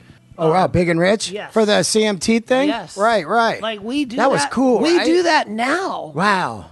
In the set, because as I get older, the volume gets too much for me. I agree don't with you. enjoy Dude. it. I don't either, man. And I don't want to damage my ears. I know, man. My right ear is gone. Your know? what? My right ear. And I don't want to live with bad hearing. And I love rock and roll, and I always will. But if I'm doing 50 cities, I've got to watch out for my fucking ears, you know, my voice, everything. I have to. That's a lot of music. Yeah, look at Brian Johnson. Like you know, the first think thing about when that. we get in a cab to the gig, everybody wants to play music. I go, turn that fucking shit off. I got to go on stage a second, and blast my brains out for all night. You go in-ear monitors? Oh, yeah. Yeah, only, right? It's so great. Well, there's a thing called Rev 33, this device that cleans up your signal, so it's you don't have ear fatigue at the end of the night. Yeah, I can show it to you. Oh my God! And it's $100 or something. It cleans up your signal. So when you take them off, your ears aren't, you know. That's incredible. You need one if you use that all the time. Absolutely. You use that on stage? No, but when I sang for years, I sang until in-ear monitors came out. I was like, God, I wish I had them now, because sometimes I'll sing out of tune and flat because like something will be so fucking loud I can't even hear it. One time I sang with bass guitar does that for me. Bass guitar does it to me too. It and also weird. if I'm on a stage at a club where the subs are right underneath me, over. It's like a battle. Yeah. It's like the whole show. I'm telling the front of house guy, if you turn it up too much, I fucking can't hear what it is. Yeah, I can't. And then either. he's like, well, if I don't turn it up enough, it sounds wimpy. Yeah. So it's like this fucking fight. I'm the same way, because you start going like, what note is that? Yeah. Like you're on there like generals gathered in a and you go, I'm killing it. And then you hear it and you go, whoa, I'm not even close. I don't know how that happened. That happened Welcome to me last to year. YouTube. Right? I know, right? They just throw it up, singing flat and just horrible. go for it. Put it up there. Yeah. Fuck, man. That is crazy. When you look at the Skid Row stuff, what's your favorite song, man? Holy fuck, I'm not even close. It's true, dude. It's true. Dude, I've been there. I remember. That's why I got this. I'll tell you what, like 20 years ago, I did this, Zach Wilde had a band, Leonard Skinhead, and they went out and did like covers, you know, of Eagles and Allman Brothers and stuff, pre-Pride and Glory. Wow. And my band opened, I booked the tour. It was just a little mini tour. And one night, I said, hey, I want to come out and do War Pigs with you guys. And he goes, yeah. And I stepped on stage, and he hits it. You know, I was like, holy shit, this guy's on 100. Ooh. I mean, so loud. Yeah. And I immediately, you can't hear it. I was just singing shit the whole time. I had my worst ever gig was Rock in Rio, actually. After we put out the Kicking and Screaming record. Yeah. The tuning of the song Kicking and Screaming is fucked up. It's like this weird tuning that's not a normal tuning for a guitar. It's not 440. So I go, I'm going to save money on guitar techs. I'm going to get a Brazilian dude down there. There's got to be a ton of them. So we hire a guy that can't speak English. Oh, shit. But I'm like, well, how hard can it be? You know. Yeah. Here's the fucking songs. Tune them. Yeah. Slay to the Grind is the first song. Fine. No problem. Kicking and Screaming second song. I got a guy named Devin on guitar. The Brazilian guy hands him the tune guitar, but it's completely in the other tuning of. It's not in the Kicking and Screaming tuning. Yeah. But we blazed through the whole fucking song. Yeah. And it was the worst. Like, I shouldn't even be saying that. Yeah. But it was in the wrong tune. So I'm going, what the fuck's going on? Yeah. The guitar player's going, we're all killing it. And then it was like, oh no. It was broadcast on TV. Oh, man. Like, but, it's hard, people though. you can't control it. The only way you can control that is to go to tapes. Yeah. So if y'all out there want it perfect, we can fucking get up there like a lot of bands and just press play. But if you want the real deal, sometimes you're going to get it. Sometimes you're going to... warts and all. That's what's great, though. Because you go like, man, remember we saw he was at the Rock in Rio? He sang completely the wrong key. I don't like that. I don't like that. But it's a memory, I don't though. like that. It's not a good memory. I know. What are you going to do? I love it, dude. But I went up with Motorhead one time in Norway, and I had no clue what song it was. It was so loud. Yeah. He goes, come on up and sing. And I get up there. It's like, and I look at Lemmy, what fucking song is this? Yeah, right? It was nuts. It is crazy. Yeah. People don't understand. When you get on there, you're like, it's like a jet engine next to you. Some of these guys play. And the drums are crazy. Oh, that snare? Like, just snare take kill your you. fucking head off. Oh, my Cymbals? God. Yeah, we're old now. Well, but it's just really true. Like, it is true, though. You got to talk about this when you got a guy like Brian Johnson who can't be an AC/DC because his ears are fucked. Yep. I mean, you know, bet you he wishes he had in ears. I know, man. And another thing that happens to me too is allergies. Season will come, and my right get all clogged up. Inner ear, and then I don't know what key I'm in. Yeah, you're like, what? I can't fucking hear the guitar right, you know. I went skiing at Mammoth Mountain. Yeah. And, you know, I'm thinking about skiing, but I got altitude sickness because I didn't acclimate to that elevation. And I didn't realize that Mammoth was like fucking the mountains. Way the fuck up there. Yeah. And I skied as hard as you can fucking ski. By the end of the day, I was puking, like projectile vomit. Yeah. My ears were fucked. And they go, you got altitude sickness. I didn't even know there was such a thing. It's crazy. They get it all the time out there in Denver, man. Mile high, you know? Yeah, I'm up on the top of the mountain, and you know, I get down, I'm puking. Yeah. It's weird. I got, you know, you are the only guy, really, that had communication with Axl all during that time, right? Yes, that's true. That's pretty interesting, right? Well, I didn't hear from him till like 2006, I think. 2006. Yeah, so there was like 13 years where I didn't hear. You didn't hear from him either. And you get a call one day and you're like, whoa. It was a text. A text. And it said, hey, it's Axl. I go, who's this fucking... Which one of my friends is being an idiot? Yeah, of course. But then I looked at the info. It said 310 area code. I go, holy fuck. So I just pressed it. Yeah. Call. Yeah. Like, hello. And I go, oh my God, it's you, man. Yeah. Oh, that was crazy. And he goes, he starts laughing, ha ha ha ha. And I go, wow. He goes, I figured it had been a long enough time. Wow. Yeah. Wow. But I understand that, you know, disappearing sometimes. Yeah. I see an interesting thing happening now on the internet where the biggest of the big rock stars are not on there anymore. Yep. Yeah. They're like, fuck this. Yeah. And the guys that sell out stadiums are not posting what they had for breakfast. And that shit's like kind of going out the door because it's kind of like... You need mystique, right? You can't be on there just constantly. I think if you have mystique, it'll drive butts into the seats, it's too. True. Because people are... What's going on with If they have you all the time, they're like, I don't need to go to the concert. I'll just watch it on Periscope. Exactly. Right? Yes. It's so totally true. Yeah. It's crazy. It's getting more like that. Yeah, and also I see a new thing too, and you know I've said this about Axl. He's like, you know, top 3 to me of all time. Mm-hmm.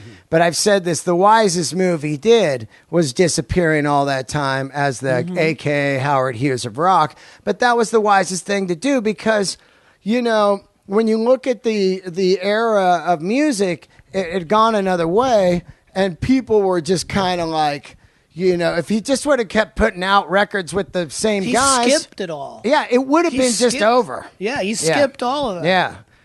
Because even when you guys do your third record, Doc McGee's like, disappear for a while, grunge is huge. You know what I mean? Sorta, yeah. Actually, we went on tour through all that, which was silly. Yeah. That was not a great tour. Yeah. But that's in the book as well. I'm not trying to hype the book. But if you want to learn about that shit, that's all in there. Yeah. It was funny. I was with Eddie Trunk the day your book came out, and I was on the air with him for like 2 hours. He's like, he didn't mention me. Oh my God. I can't believe well, it. Did you know the whole He story? said, yeah. Because he didn't put me in his That's what he said when I saw top him last essential week. books. Yeah. Skid Row. You got him back. I was like, what the fuck? I ran to the store. Yeah. Eddie Trunk's top essential records of all time. I'm not fucking in there.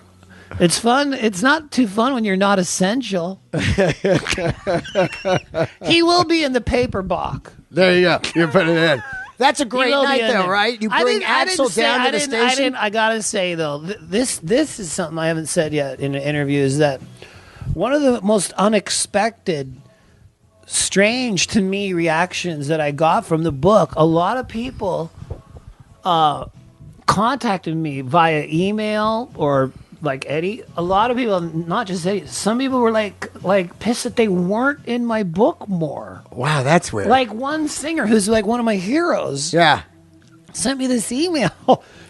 And I'm like, okay, let me address this. I didn't sit down for 4 years with a list of people that I'm going to write about and then a list of people that I'm not. All I tried to do was make something that you would want to read from page 1 to page 450, okay? Yeah. And it's not like I gotta put this guy in here because it's like this is the fucking story. If you're not in it, it's not I don't read Duff McKagan's book and go, I'm not in it. This isn't very good. That's weird. That's weird that people would be like, the shit. let's see if I'm in his book. I'm like, read a book because it's a book. Yeah. And what I want to know is this interesting to read. Like I've known Duff for a million years. I'm not in his book. I don't say.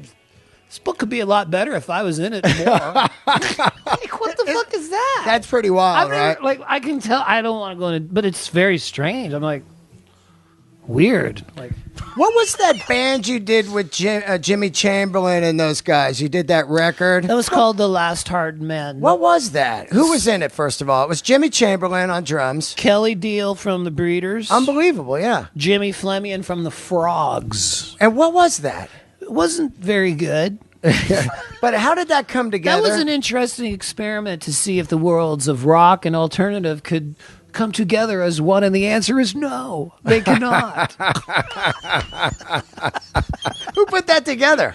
I don't know, some unwise person. No, I'm being silly. Kelly Deal from the Breeders called me out of nowhere. Yeah. And said, I'd like to do some music with you. I go, why? She goes, because you're like a fucking punk. You don't give a shit. Yeah. I go, okay, I don't know. Okay. That's wild. It was weird. There's a couple of good tunes on there. It never came out, right? Yeah, no, it came out. It did come out? Years later. Oh, I got you, because I Not a big release. Yeah. No. Not one of my favorite ones that I've done. Yeah, man. There are some interesting moments on there. What was it like singing on Broadway, dude? That's pretty wild, right? I did 4 Broadway shows, and there was talk of me doing some other ones that didn't happen for a couple of reasons, but I just love to sing, and I started in the church choir when I was a little boy, and that's what Broadway reminded me of in a lot of ways. Yeah. It was like even some of the songs that I sang were some of the songs that I sang in the church choir.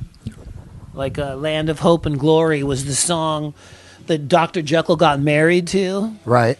And I used to sing that when I was a kid. So I was on stage on Broadway doing like the same shit that I did when I was like 8 or 9. Wow. So. And how many shows a week? Like, Dr. Jekyll was 6 a week. Jesus Christ was 8 a week. wow. And I didn't think it was possible to do 8 shows a week. So I told the producers of Jesus Christ Superstar, I can only do 6. Yeah. And they go, Sebastian, here's what we'll pay you if you do 6 a week. La la la la. Yeah. And then they go, here's what we'll pay you if you do 8. And I went, la la la la la. Oh, the pipes are fucking feeling amazing. I'm just feeling so up to this. That's And I discovered that I could. Wow. I honestly thought, there's no way. I can't do that. Right. Let's get into that. When you're a kid, you hear Kiss, of course. You see the poster on the boardwalk. You're hooked. What is Kiss? And then you start. Do you buy a Kiss record right away, or how do you start getting into rock and roll? My dad gave at Christmas gave me Kiss Alive and Ted Nugent Weekend Warriors. A great one. At the same time. Wow. For Christmas, and the imagery of both those records. I love Ted on the cover with the gun as guitar. The shotgun, yeah. That was also the pinball machine, remember? I love that. Me too. That is great. Fucking great. Yeah, Alive was the first one I got. And that makes you want to be a singer? Because when No. Like I was a kid. I was like 8 or something. Yeah. I didn't think people could be rock stars. Yeah. Started in the church choir. Gotcha. My buddy Dixon Davidson rode up to me on his bicycle. I was on my bike. I was 8. He goes, "Hey, man, you want to sing in the church choir? If you do, you can get paid $3 a month. And if I get you, I get an extra $1." We were like 8. It's like 1976. Yeah. And I go, somebody's going to pay me to sing? Yeah. Wow. So I fucking peeled down there. Yeah. Got in the choir. Were you a church guy? Were your family? No. I was into getting paid to sing. That's amazing. And it was like I had to be there every Tuesday, every Thursday at like 5 p.m. or 6 to rehearse for a couple hours. I had to be in my cassock and my gown and my shoes and the right socks and everything, and ride my bike down Sunday morning like 7 or 8 a.m. to be there and sing from like 9 a.m. to 1 p.m. on Sunday. So I was really doing it, like in as much. The reason I say this is because it's hard for me to find choirs for my kids. Yeah, like that. When I lived in Jersey, I was trying to find choirs for my kids like that, and I would call churches. They go, "We don't have a choir like that." Yeah. They go, "We do that like at Christmas." Only. Yeah, but is that weird? When you were a kid, did they have choirs? No. Maybe that's a Canadian thing. I think the people, like some people would sing like a couple, I only went to church like 4 times and made my skin crawl. Yeah. Like my mom would go on vacation and people babysitting me would go, "Well, we go to church." And I'd be like, "No, my family doesn't for sure. So I'll stay home and watch cartoons." And they're like, "You can't stay home all alone." I go, "I always do when my mom's at work. I'm an only child, divorced. I can handle it." And I'd be in church going crazy. Nuts. I'd go crazy. It was so scary and weird. It was kind of scary. Yeah, and I remember this blue bus would pick us up, this big blue bus, and they would sing on there, Michael row the boat ashore, hallelujah. Michael row the boat ashore, hallelujah. That's good. Holy fuck, I'm not even close. God, that's so real. It's so real, dude. Right? Yeah. It's tough being a singer, man, because... It is tough because it's kind of like a form of magic. Yeah. You have to make the sound come out of your mouth. And your body has to be on all the time. Like, if the AC was on, or you talked all night, or you did coke or anything. Here's what's even crazier. Guy like you or me, we're in our 40s, right? Yeah. You go on tour, like in Europe or something. You go into a venue that's no air conditioning. Yeah. That's 100 motherfucking degrees, and you're under the lights, and you're supposed to go up there and sing and rock out like the record. You can't even fucking breathe. You can't. There's no air. None. You don't even want to be in that room. It's like doing a gig in a sauna. Yeah. Like, here's me. If you see me doing a show in a sauna, Yep, it's exactly it. I don't do a record in a sauna. No. I do it in a fucking amazing studio. Fucking blazing hot in those places. I remember seeing Black Keys in 2004. I went to the corner of London to see this band, right? And I go in misery. someplace, I think it was called the Garage. Yeah, and I go, about right. There's no fucking codes in here at all. Dudes are just crammed in, drinking warm beer, spilling it everywhere. It's 1,000 degrees. Yeah, I go, this is horrible. But how do you perform like yeah, and guitars are all out of tune because it's too hot. And you don't want to even be the fucking. I know. Yeah, it's so not rock. And there's no toilet, like stuff like that. Yeah. You go to a gig. Okay, I got to go to the bathroom. Okay, well, you got to walk through the crowd to get to the bathroom. I go, well, then I'm not going to the bathroom. Yeah. So, but most people can go to the fucking bathroom. Yep. Yeah. I once went to the bathroom. Guys were taking pictures of me taking a piss, and I go, "Give me your motherfucking camera. I'm gonna smash that." And I did. And then the security's like, "Well," I go, "The motherfucker's taking pictures of me peeing." Yeah, arrest him. I don't want that. Arrest them. Fuck him. Yeah. And fuck his camera. Smash. Smash. I don't care. You're so gangster, dude. Man. I can't even believe it, man. Like, you've been to a gig like that, right? Absolutely. What, is that the entrance you want to make to your fans? Hey, this is me taking a shit. How's it going? Get a picture of this. There's my hero. He's going to the bathroom. Yeah. Fuck that. This is amazing. I didn't want to see Gene Simmons taking a shit, right? Then you're in the bathroom with the fans. Yeah. Like, hey, what's up, dude? Yeah. Well, what's up is I'm going to the bathroom. What's up with you? Presley, it's Dean Delray. What's going on, dude? How's it going, man? You know who you look like? You look like Damone from Fast Times. Whoa. That movie, Fast Times at Ridgemont I can't believe it. He's a good friend of mine. It's about weed. Yeah. Bob Romanis. You look like him. Yeah, you kind of look like him. Yeah, Don't get a haircut either. Yeah. You should have. Is that your long son? hair. Yes, that's my son. Wow. How old are you? It's 40. 16? You play music? No. Good, He's wise in man. commercials. Wise man. He's in commercials. Awesome. That's your son? Yes. 16? You're taking me out to dinner. Yeah, the son's paying for sushi. That's right. Commercial money. Later, dude. Good to meet you. Buddy. That's wild, man. I didn't even know you had kids till I Wikipedia'd you. I have 5 kids. 5 kids? Really? Yeah. Wow. 5 kids. Well. Let's talk about some partying here. Okay. It was pretty fierce. If you want to talk about party, you can read my book. I'm not. Well, there's a lot of partying in the book. Yeah, I get it. There is. But it was like, did blow fuck with your voice at all? Because it would ruin mine. You know, it did, and then sometimes it wouldn't. Right. Which would be the weird thing. Yeah. Yeah. And it was the same as sex. Yeah. Sometimes I didn't even want to think about sex. Oh, yeah, right, on coke. You're right. I wouldn't even be thinking about it. Then sometimes I would get King Kong dong. Whoa. For fucking, just like a madman. Like, sweating and fucking and sweating. Yeah. Like, I don't know if you've had that experience. It's like extreme. Yeah, if I even did, like I did a lot of blow. Lots. Gallons.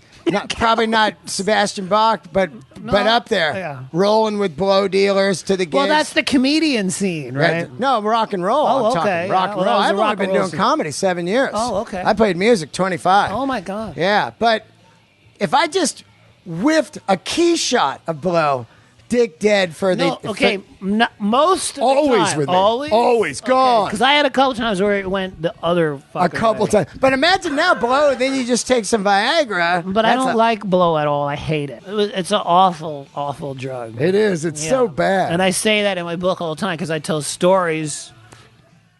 But, there's nobody doing that shit that's cool at our age. Yeah. You're right. You know what I mean? Yeah. And again, to think of all the rock stars that we've lost, especially in the grunge world, which isn't really our world, but all these dudes. Yep. The 3 main guys are gone. Lane, Cobain, and Cornell. And I would put in Shannon Hoon in there. Absolutely. Who did Shannon Hoon was lines and died from that. I tell you what. Scott Weiland. Yeah. You forgot about 2, major dudes. Well, Blind Melon Yeah, they didn't really hit like the other guys, but still. No, Blind Melon, I'll tell you what. No, I like that. One band. of my favorite bands ever. You know, one of their The Soup last record? videos? Yeah. Where he had the short hair. Unbelievable. What is that weird video? Mad something or? Dude, oh, fucking that record is great. Yeah. And when you listen to it now, you go, hey, this guy was way ahead of his time, man. Dude, our podcast usually this long? I go hours, dude. That's cool. I like it. Oh, yeah. I'm You know I'm why I rocking. like it? I look at it as like we're only here on this earth once. And I look at the podcast as like later on down the road, people go, look at this fucking long form with Sebastian Yeah, Bach. I'm right into it. Yeah, right? And I like playing music in the back, too. I know. It's like, this is cool. It's the first Skid Row record. I mean, got this in like Bogota, Colombia or something. it's a Some city like Colombian version. that. Yeah. Yeah. Now, when you're out on the road, do you find you look for your record? Yeah, and then I descend upon the store like a locust. Yeah. Well, there's so many cool little mom and pop There is. record stores still in this country. There's a and great other one in Denver. countries. I'm going. Black and Red. Never been. Oh, you're gonna love it. I've never been. There's one great one in Portland, Oregon. Oh yeah, what's it called? I'm going there next week. You are? Yeah. Crossroads Music, okay? Okay. It's one record store, but it has like a bunch of different dealers. So it's like 5 record stores. Oh, it's like a flea market inside when a store. I first got there, I went to like the K section. I go, well, there's not that many. He goes, oh no, dude, there's one over there, there's one over there, there's one over there, there's one over there. It's like, so each dealer has his own little store in there. Wow, that is Come here, buddy. crazy. Come say hi. Wow. Skid Row, we're playing it for you. This Look is at- my boy, Trace. You got it. Look at Say- he's wearing a fly on the wall AC/DC shirt. How cool Trace, is that? Trace, say hello, my father. Hello, my father. Yes. How old is This he? is Dean. How are He's buddy? a comedian. How old are you, buddy? 4. You like rock and roll? Show him your guitar, dude. Sebastian the dad. It's so weird to see Sebastian the dad. Well, hey, you know, Yeah. at least I'm here. Oh hell yeah! I'm so happy that you didn't lose all that stuff in that flood in Jersey. You saved like that. Now the 2-inch masters, were they in? No, they weren't in there. Oh, okay. No. Because I read that like the 2-inch masters of Skid Row's records were in there. But No, that's not true. that's yeah. No. What other music do you listen to besides? I like, listen to a lot of 70s music. I Yeah. love Steely Dan. Oh, I and love I it. love vocals from the 70s. like before- Fleetwood Mac, well, Rumors. more obscure shit like that. Like, there's this singer, Phoebe Snow, Poetry Man. Oh yeah. That I listen to that all the time. Wow. And there's so many great singers from that era. Like, I've always been a Journey fan. Oh god. And then I heard Sam Cooke. oh yeah. But I didn't know who the fuck I didn't know nothing about that. Yeah. And then I heard, where Steve Perry kind of learned how to sing. Yeah. So I'm going to go collect all that now. It's you like know? Frankie Miller is where Rod Stewart got all of I've his. never heard Frank. I got to turn you on to him. I love that. That's where Rod Stewart got all of his stuff, man. You'll love this guy. See, I love all There's that. a million dudes out there like that, right? That we don't know. That's why I find collecting records is so fascinating because each one is a snapshot of that time. Yeah. You know what I mean? Yeah. Like right now, don't quite give you that really. They don't. Like It's too flat. It's just everything kind of sounds the same. Yeah. But albums all sound different. They do, and not You only know? that, it's the whole thing, man, of putting it on Yeah. and committing to one piece of music, right. not popping Paying around. attention. Yeah, no ADD in That's the right. listening, you know. We have vinyl appreciation parties all the time. Yeah, I got to And come to that. The rule, well, at different guys' houses too. Oh, I got you can come. Yeah. I know the vice president of Whole Foods, and he has 6,000 records. Whoa. But we have a rule: you cannot raise up the stylus until the song is over. Because a lot of people will be like, "Okay, we hear that." I go, "No. Yeah. You're allowed to change it, but not till you gotta let the fucking song play." Yeah. Because we as humans have to force ourselves now Yeah. to think like that. It's true because It's you're so like, weird. oh, I know this yeah, song. I got the next Yeah. one. No, listen to it. I mean, as we listen to the Skid Row record, the first one here, just think about when you guys were in the studio and you sequenced the record. you probably did about 3 or 4 different versions of the sequences, and then you went out to your car and you drove home from the studio. Or we lived with it for a couple days. And you go, I don't like how That's 18 right. Alive goes into Big Gun. That's why iTunes, I've got a problem with it in that with shuffle being such a part of that, right? Yeah. And Genius and all this stuff. It's like sometimes I have to figure out how to play a record in order. Yeah, you're right. Why is it like that? I hate that. Because the artist designed that. I hate like that, right? Like some versions of it's like, how do I do this? Yeah. It shouldn't be like that. It's like when it goes from, Freewheel Burning into, like the next tune, you go, oh, here it comes. And then you go, oh, what happened? It's such a bummer, right? You're just like, Only what? old people know that, but that's true. But sequencing is such an art. Everything about making records back then, the cover, the cover photo, the liner notes, like, whoa, this guy sang backgrounds on that. The artwork, like right now, I've got these sideways, right? Yeah. But then I wanted to get these crates because I love the artwork so much. Yeah, me too. So flipping through it, Yeah. I can see the artwork. Yeah. And that's a lost thing. That's It really is. digital music. There's no art. It's just up in the air. Now, you sang on Chinese Democracy. Yeah. How's that go down? Was it down when they were working at Village Recorders there? No, it was Electric Lady in New York. New York. So how's that go? That was fun. So he contacts you. We were really text, close at the... and you start talking, and then what? One day he says, I'm recording, come sing? Yes. And you fly so to New weird. York? It's so weird. No, I lived in Jersey. Oh, at the time, okay. And we were hanging out, and... You're hanging out, and he's playing you the music? Yeah, Are you tripping it was out? the song "Sorry." Yeah. And I came in and sang the high harmony and the chorus, and Betta was there, and she's like, "Oh, you're really doing this?" I'm like, Yeah. And it was heavy. It was a great night, and then then when I did "Angel Down," I was just joking around. I go, "So when are you going to sing on my record?" Yeah. And he goes, "When?" I go, "What?" He goes, "Where?" I go, "You got to be kidding me!" Yeah. And so he came and sang on 3 songs on my record too. Oh, so cool. And I'm working very hard on putting that record's never been out on vinyl. Wow. And I'm working on getting my solo catalog put out on vinyl. Yeah. You know, that Chinese Democracy record, it took, of course, a million years and, a million different players and all that. But there is a crown jewel in there, man, and that is the... I like a lot of those songs. I did too, but Better? Yeah, Better. This I Love. This I Love. There's a bunch of good tunes on there. Better is the one, though. Because that sounds like something that would have been on Illusions. Right, and the title track, too, Chinese Democracy. Yeah, cool. yeah.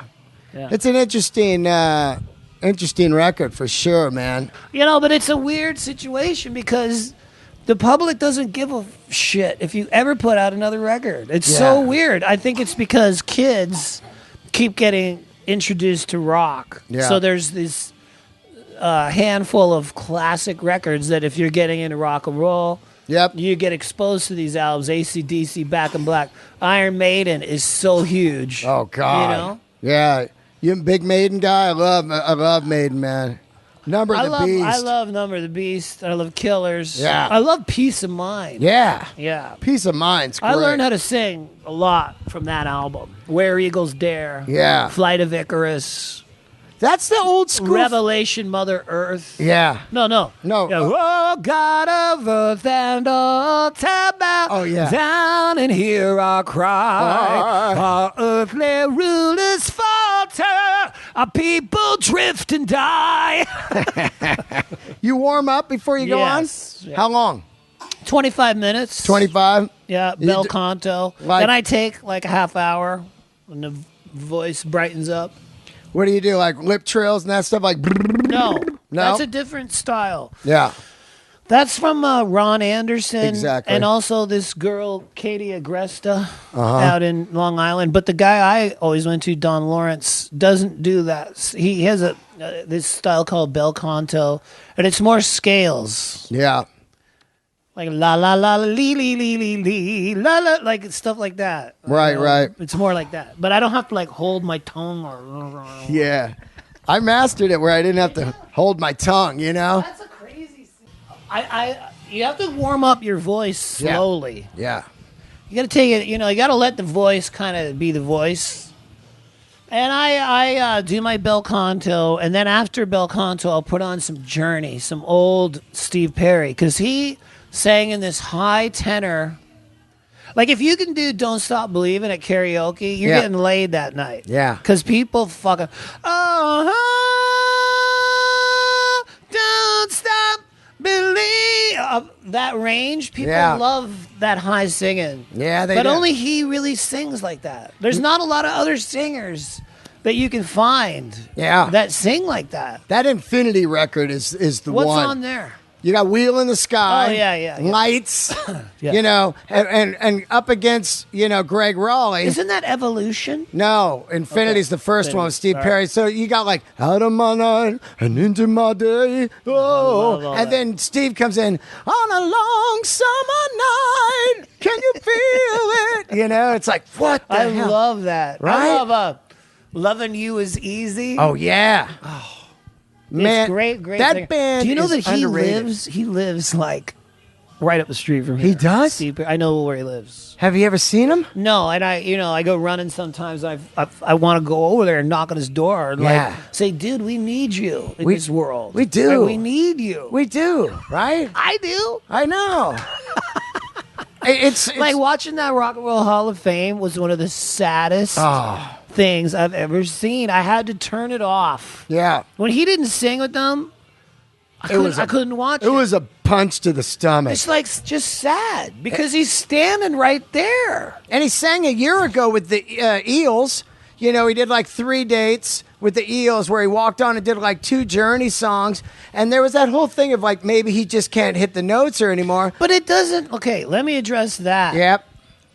I don't judge a human being on how old they are. Like when I was a kid, my favorites were like David Lee Roth and shit. But then Ozzy was out then, and he was out of his fucking mind. Yeah. He would go on stage with no shirt on, fat as fuck, Yeah. with a bald head, and nobody cared. I wasn't like, oh, Ozzy's fat. I don't like Ozzy. Nobody cared. I don't care. Nobody. Don't care. So say some guy who's 70 can't hit the notes that he hit when he was 20. I don't care. Yeah. I want his soul. I want his life experience. It's not a fucking contest. It's not sports. Yeah. It's not like, oh, you didn't run the sprint in the same time you He ran can't it. throw the ball Who 100 gives a yards shit? anymore. That means nothing to me. I go see Neil Young at the Hollywood Bowl. Love him. He's got 14 chins. Yeah. He doesn't give a fuck. He's Neil old Yep. now. Yep. I don't care. I'll pay $300 to sit in that seat. Oh, yeah. And fucking get into it. I get into the music. I don't judge somebody on what age they are. I don't you either. know, like, because they're gonna die someday. Yeah. And then all you got is what they did. That's it. So that's one fucking thing. Like, I don't listen to a Rush record or a Neil Young record before I buy it. I just fucking buy it. Yeah. I just buy it. Yeah. And I put it on and I get into it because they've given me enough in life where I respect them. Yeah, they just deserve the purchase. That's right. Just for On That's the right. Beach or fucking Harvest alone, right. you should buy his whole Yes. fucking catalog. Yes, and you should buy mine too out there, people Yeah, listening. just for the first 3 Skid Row records. Yeah, you gotta fucking buy cut me some Sebastian slack. stuff, right? That's right. We're listening to this first record right now, and I just heard Youth Gone Wild. And I tell you, man, I remember that video. I remember the tattoo coming up, Youth Gone Wild. There it is Yeah. right there. And I remember going, hey, that motherfucker can sing.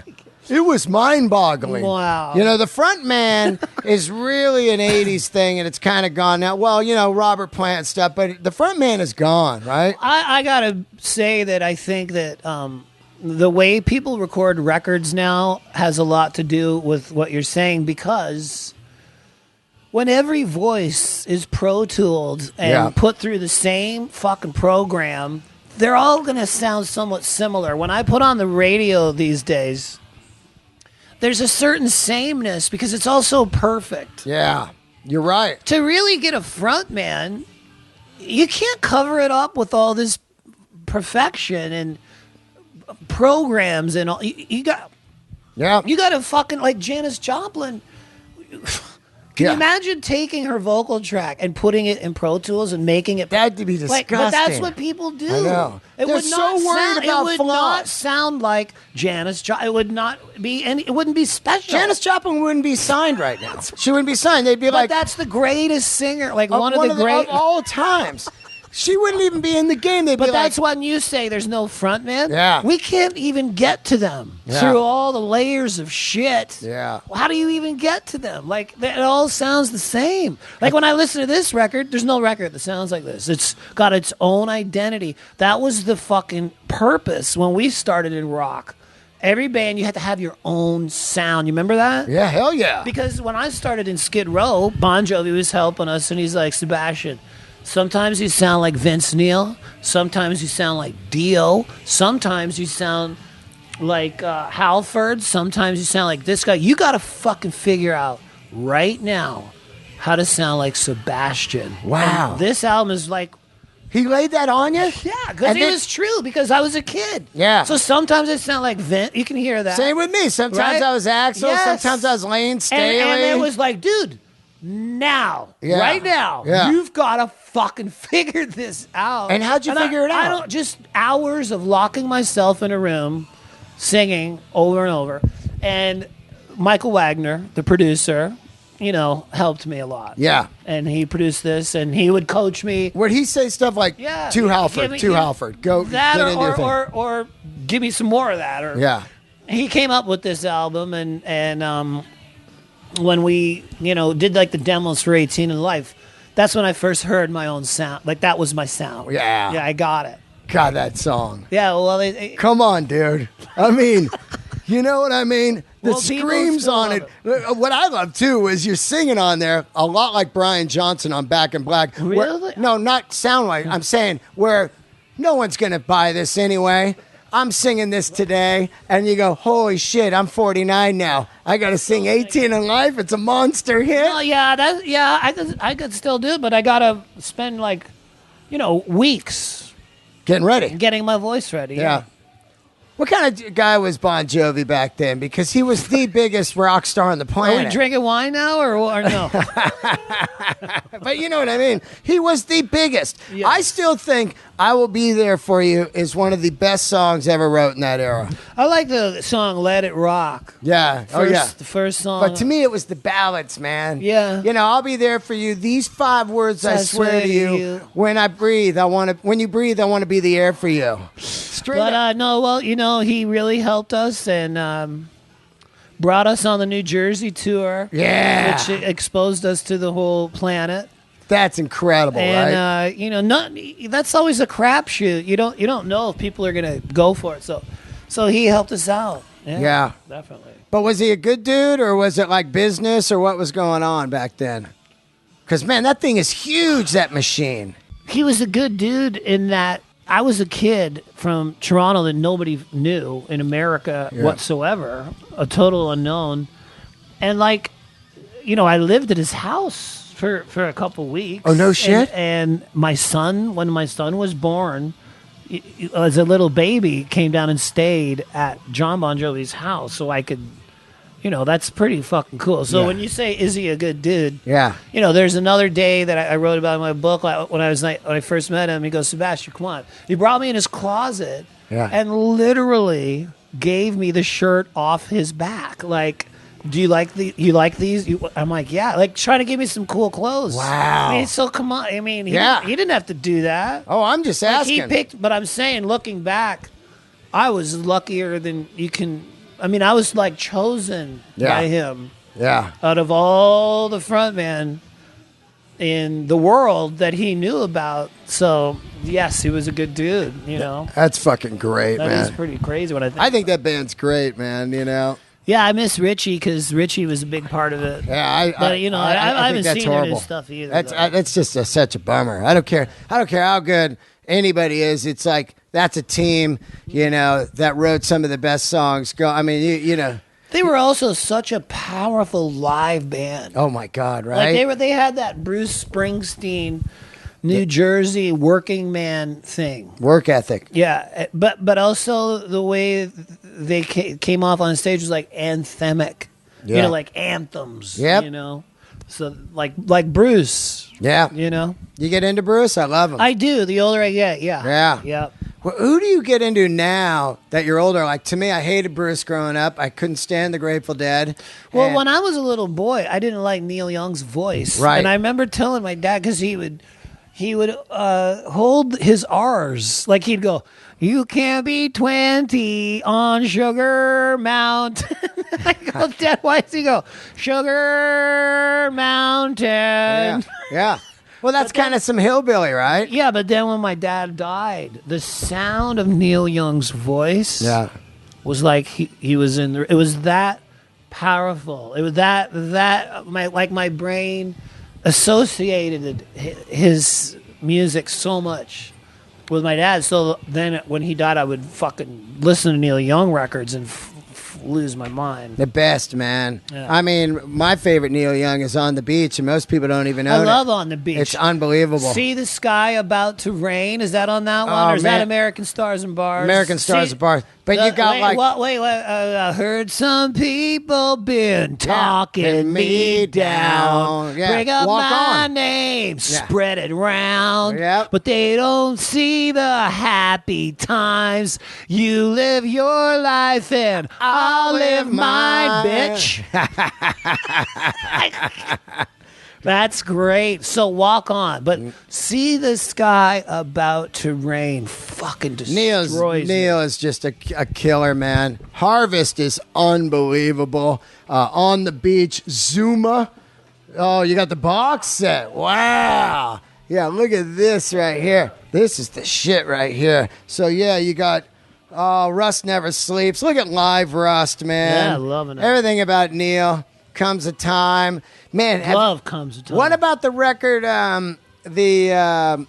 oh, shit, man. Let me get the name of it. It's incredible. The electronic one. Oh, Trance, dude. I don't even know if I might have listened to that a couple times. Oh, no, you got to get into trance because it's like if you're into craft work, you could tell what was going on. I'm not into craft. I'm just joking. I'm going to get you into craft work Okay. now. All right. You know, my point is, the great thing about music is, here I am now, a huge Bruce fan and a Dead fan, and now I can dive down that rabbit hole, and they've put out so much music. Yeah. And I've got 5-10 years. Totally. Of That's the way listening- I think. Right? Dude, I'm getting into the Beach Boys. Yeah. Because I hated them growing up. I didn't hate them, but I was a metalhead. I didn't like it. It was just now too I'm happy. hearing the fucking harmonies and the sounds. singing. Just the harmonies is crazy. Yeah, right? So I listened to that and the Beatles. Like my dad loved the Beatles so much that that was like dad's band. Yep.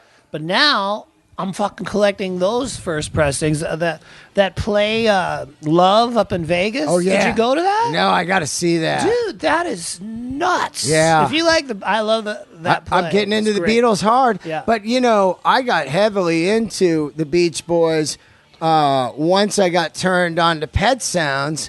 And then I was like, holy shit, these tunes are dark as hell, man. This is some dark stuff, dude. Speaking of dark, The Dark Knight just showed up. Speaking of dark. You're scared. If you guys don't know what's going on right now, Sebastian Sun's coming in about every 5 minutes in a different superhero costume, and it is one of the funniest podcasts I've ever done. It's just like, what's going on here? It's amazing. This is my life, dude. Yeah, I got little Batman running around. You got so lucky, man. You still have your hair. I do. It's all mine. I know. I can see that. A lot of guys have extensions. I know fake hair a mile away. It looks like hair curtains. I got to get it colored a bit, but what are you going to do? Imagine Sebastian bald. It would be I don't so want to. wrong. I would be into hats. Yeah, hats. Yeah, I got hats. I got this idea a million years ago. Nobody did this. Yeah. Like when you go bald. Yep. Why not get a tattoo of hair? Like perfectly coiffed down here, passage like perfect, like my this. Bon Scott tattoo. Yes, look, see but the hair on your fucking head. But look how real How come the hair nobody? looks. That's Look great. at that. But can you imagine? Like, Yeah, right? Just a tattoo. why didn't anybody ever And do you would that? always be hair, And long like hair. perfect hair. Like, Always long hair. Just go and go, give me the Sebastian hair, 'cause it's 89. like, or you could like, go Medusa and have Yeah. like snakes and shit in there. Medusa, coming to get you. Was that Malice? No, that's I don't even know Medusa. who did that? Medusa.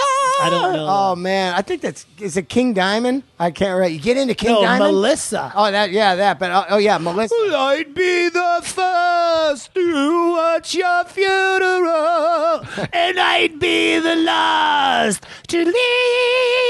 Yeah. I love how he goes. He'll get into it. He'll be like, 7 people lying there so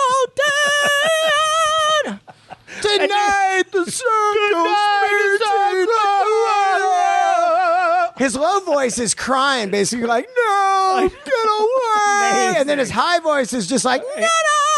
And the funniest thing is, dude, I did a gig with him in Brazil. He Yeah. chain smokes cigarettes. I know, right? Not anymore. He had that triple bypass. Oh, But okay. yeah, man. He's like, ready to go on stage, just smoke. Smoking never affected my voice or drinking, you know? A little, no I sleep. vape a lot. Yeah? now, more than smoke, and Yeah. vaping is better. Than Yeah.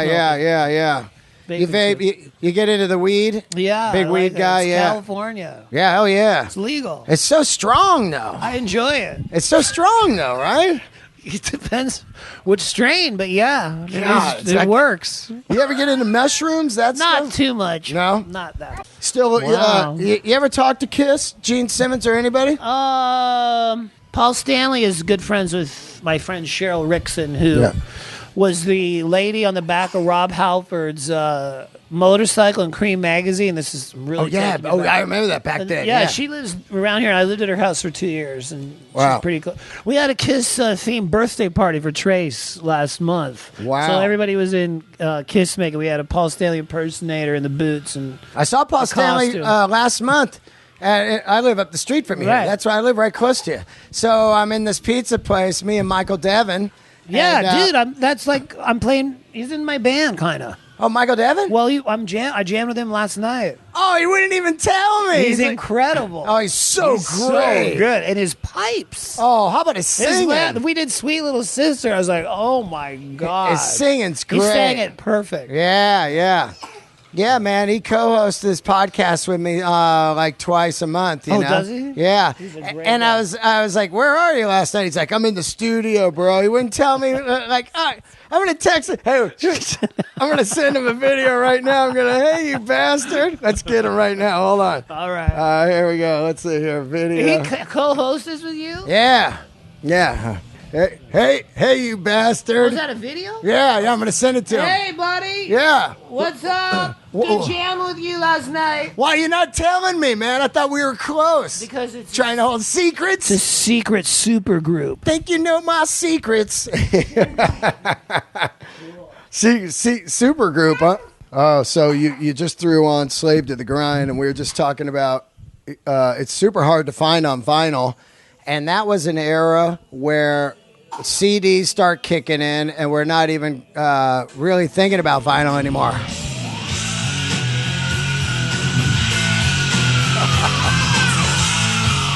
Come on!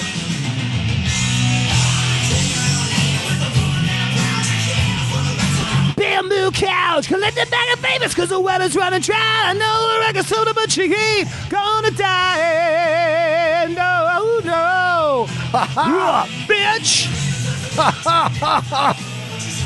Man, monkey business is crazy. What a great record, right? It is. Production's massive, and it doesn't sound dated. No, it's fucking heavy. You know, it's like Back in Black does not sound dated. No, that never will. Yeah, but there's those records that were in the 80s where they had those There are some. dumbass snares where it was the turn around the There's a lot of rap records. a Joe Walsh record called Confessor, Yeah. and all the drums are fake drums, and I still like it, but I would love to hear it with like a real drummer. Yeah. But that big round, that weird reverse snare back there, like Cherry Pie, or, those ones where it had the Scorpions did it. Yeah. So when you see, what's the cover band, those guys? Steel Panther. Steel Panther. It's so obvious that they even sample it and they just do the karate moves,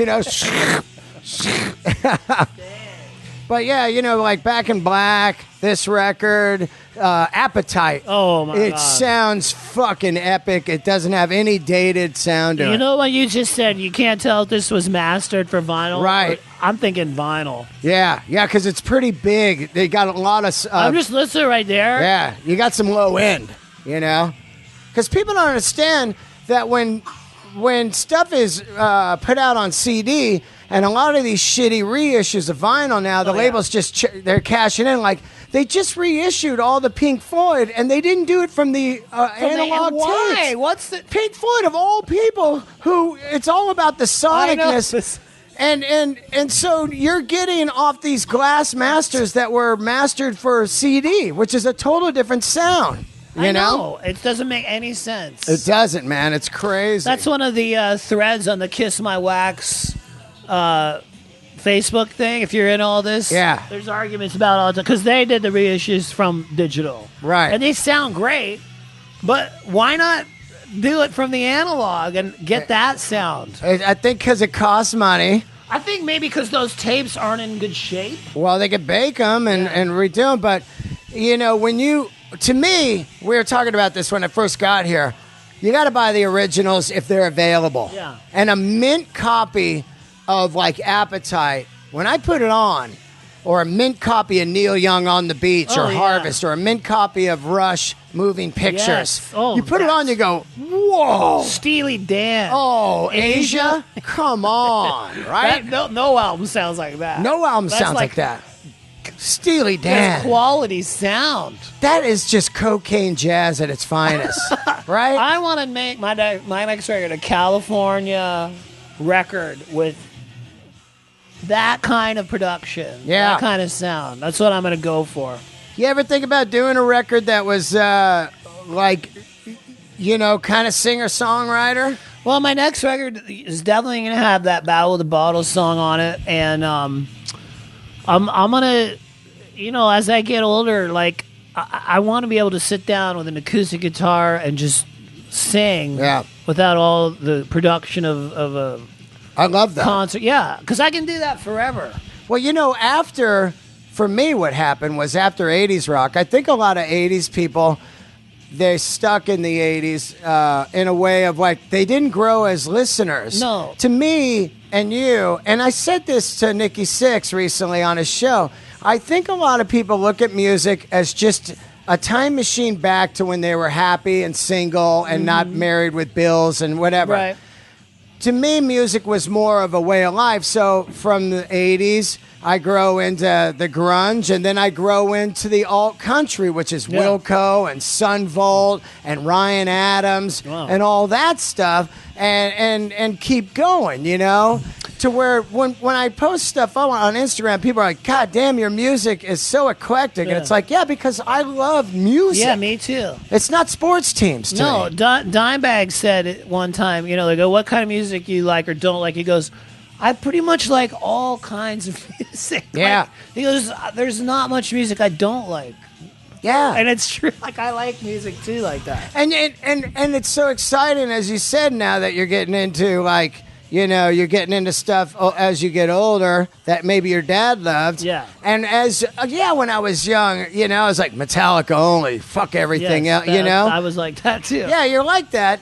But then, if you're a true music fan, you go like, God, I was dumb back then. Well, I got to be totally honest with you. Like 2 years ago, I went to get my ears checked out. My doctor, I had that clogged up thing from allergies. Yeah.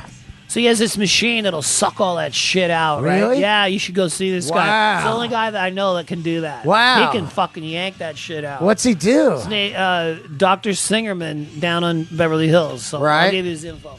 Yeah, but what does he do? Does he put something in there? He's got like a vacuum machine. Like, yeah. And like your equilibrium is like, you're all like, Yeah. Like getting that taken out for the first time is nuts. Oh yeah. So I go there all the time now, and so he's like, he checked out my hearing, and he did the whole test. He goes, okay, Sebastian, I can tell that you've been playing rock and roll your whole life, because when we're on stage all the time, most musicians have a little dip in their high end, right, from years and years of that. Yep.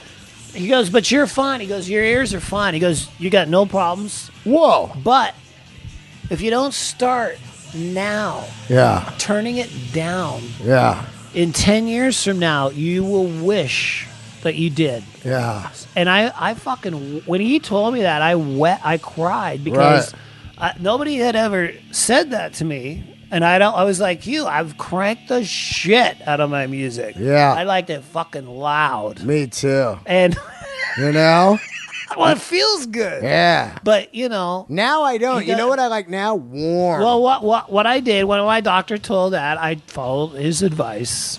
I fucking turned it down, and it did to alter my taste in music. Yeah. In ways that when I turned it down, I heard more shit. Yeah. That I didn't even know, like that was in the song. When I would be blaring it for years, then I'd turn it down. I'd hear shit that I never heard. Yeah, you're like, what is that? Yeah, My speaker's God, blown. And then you go, fuck, a guy's before. playing like congas in the background. I thought my speaker was blown. You know? So, what it did is it really made me appreciate singing and harmonies a lot more. Yeah. So, like, my next record is going to have a lot of harmony. I love harmonies, man. Yeah. I got, I think Black Crowes were really a big deal to me right then in that 80s, where they were like, of course I love the Stones, worship the Stones, but that was older guys, era and everything. And Black Crowes to me were like, whoa, you could actually do this? Like Black Crowes and Blind Melon? Like you could play like kind of rootsy rock and roll? Yeah. And that really got me into that, what I mean? Like that too. Especially the Southern Harmony and the Amorica record, know? Yeah. Were you a Black Crowes guy? Not as much. I was really a metalhead when they were out. Yeah, I was into Pantera and White Zombie and Biohazard. Yeah. That was before my doctor told me to turn it down. Well, I was right there on both. That was my point. Like, man, I saw White Zombie at the DNA Lounge. I sang with them before they were a big. I did God of Thunder at the Limelight with them. Oh, just when they were a New York band. You remember the Limelight? Do you remember the Limelight? Come on, do you know how I got to the stage? How? You remember the balcony? Yeah. I jumped. Oh. And Sean, the bass player, she's like, no. And Rob's like, no, don't do that. And I fucking was loaded. Yeah. I jumped. Yeah. From the balcony onto the stage. Unbelievable. And I hit the stage and I went down and I fucked my wrist up. Yeah. So I hit the fucking, How great was the Limelight? It was wild. It was, right? A lot of rooms in the back that were dark. Yeah, the library. You could do all sorts of shit up there. Oh my God. What was Jersey like back then? Because I was a San Francisco Bay Area guy. Not to sound like a broken record. Yeah.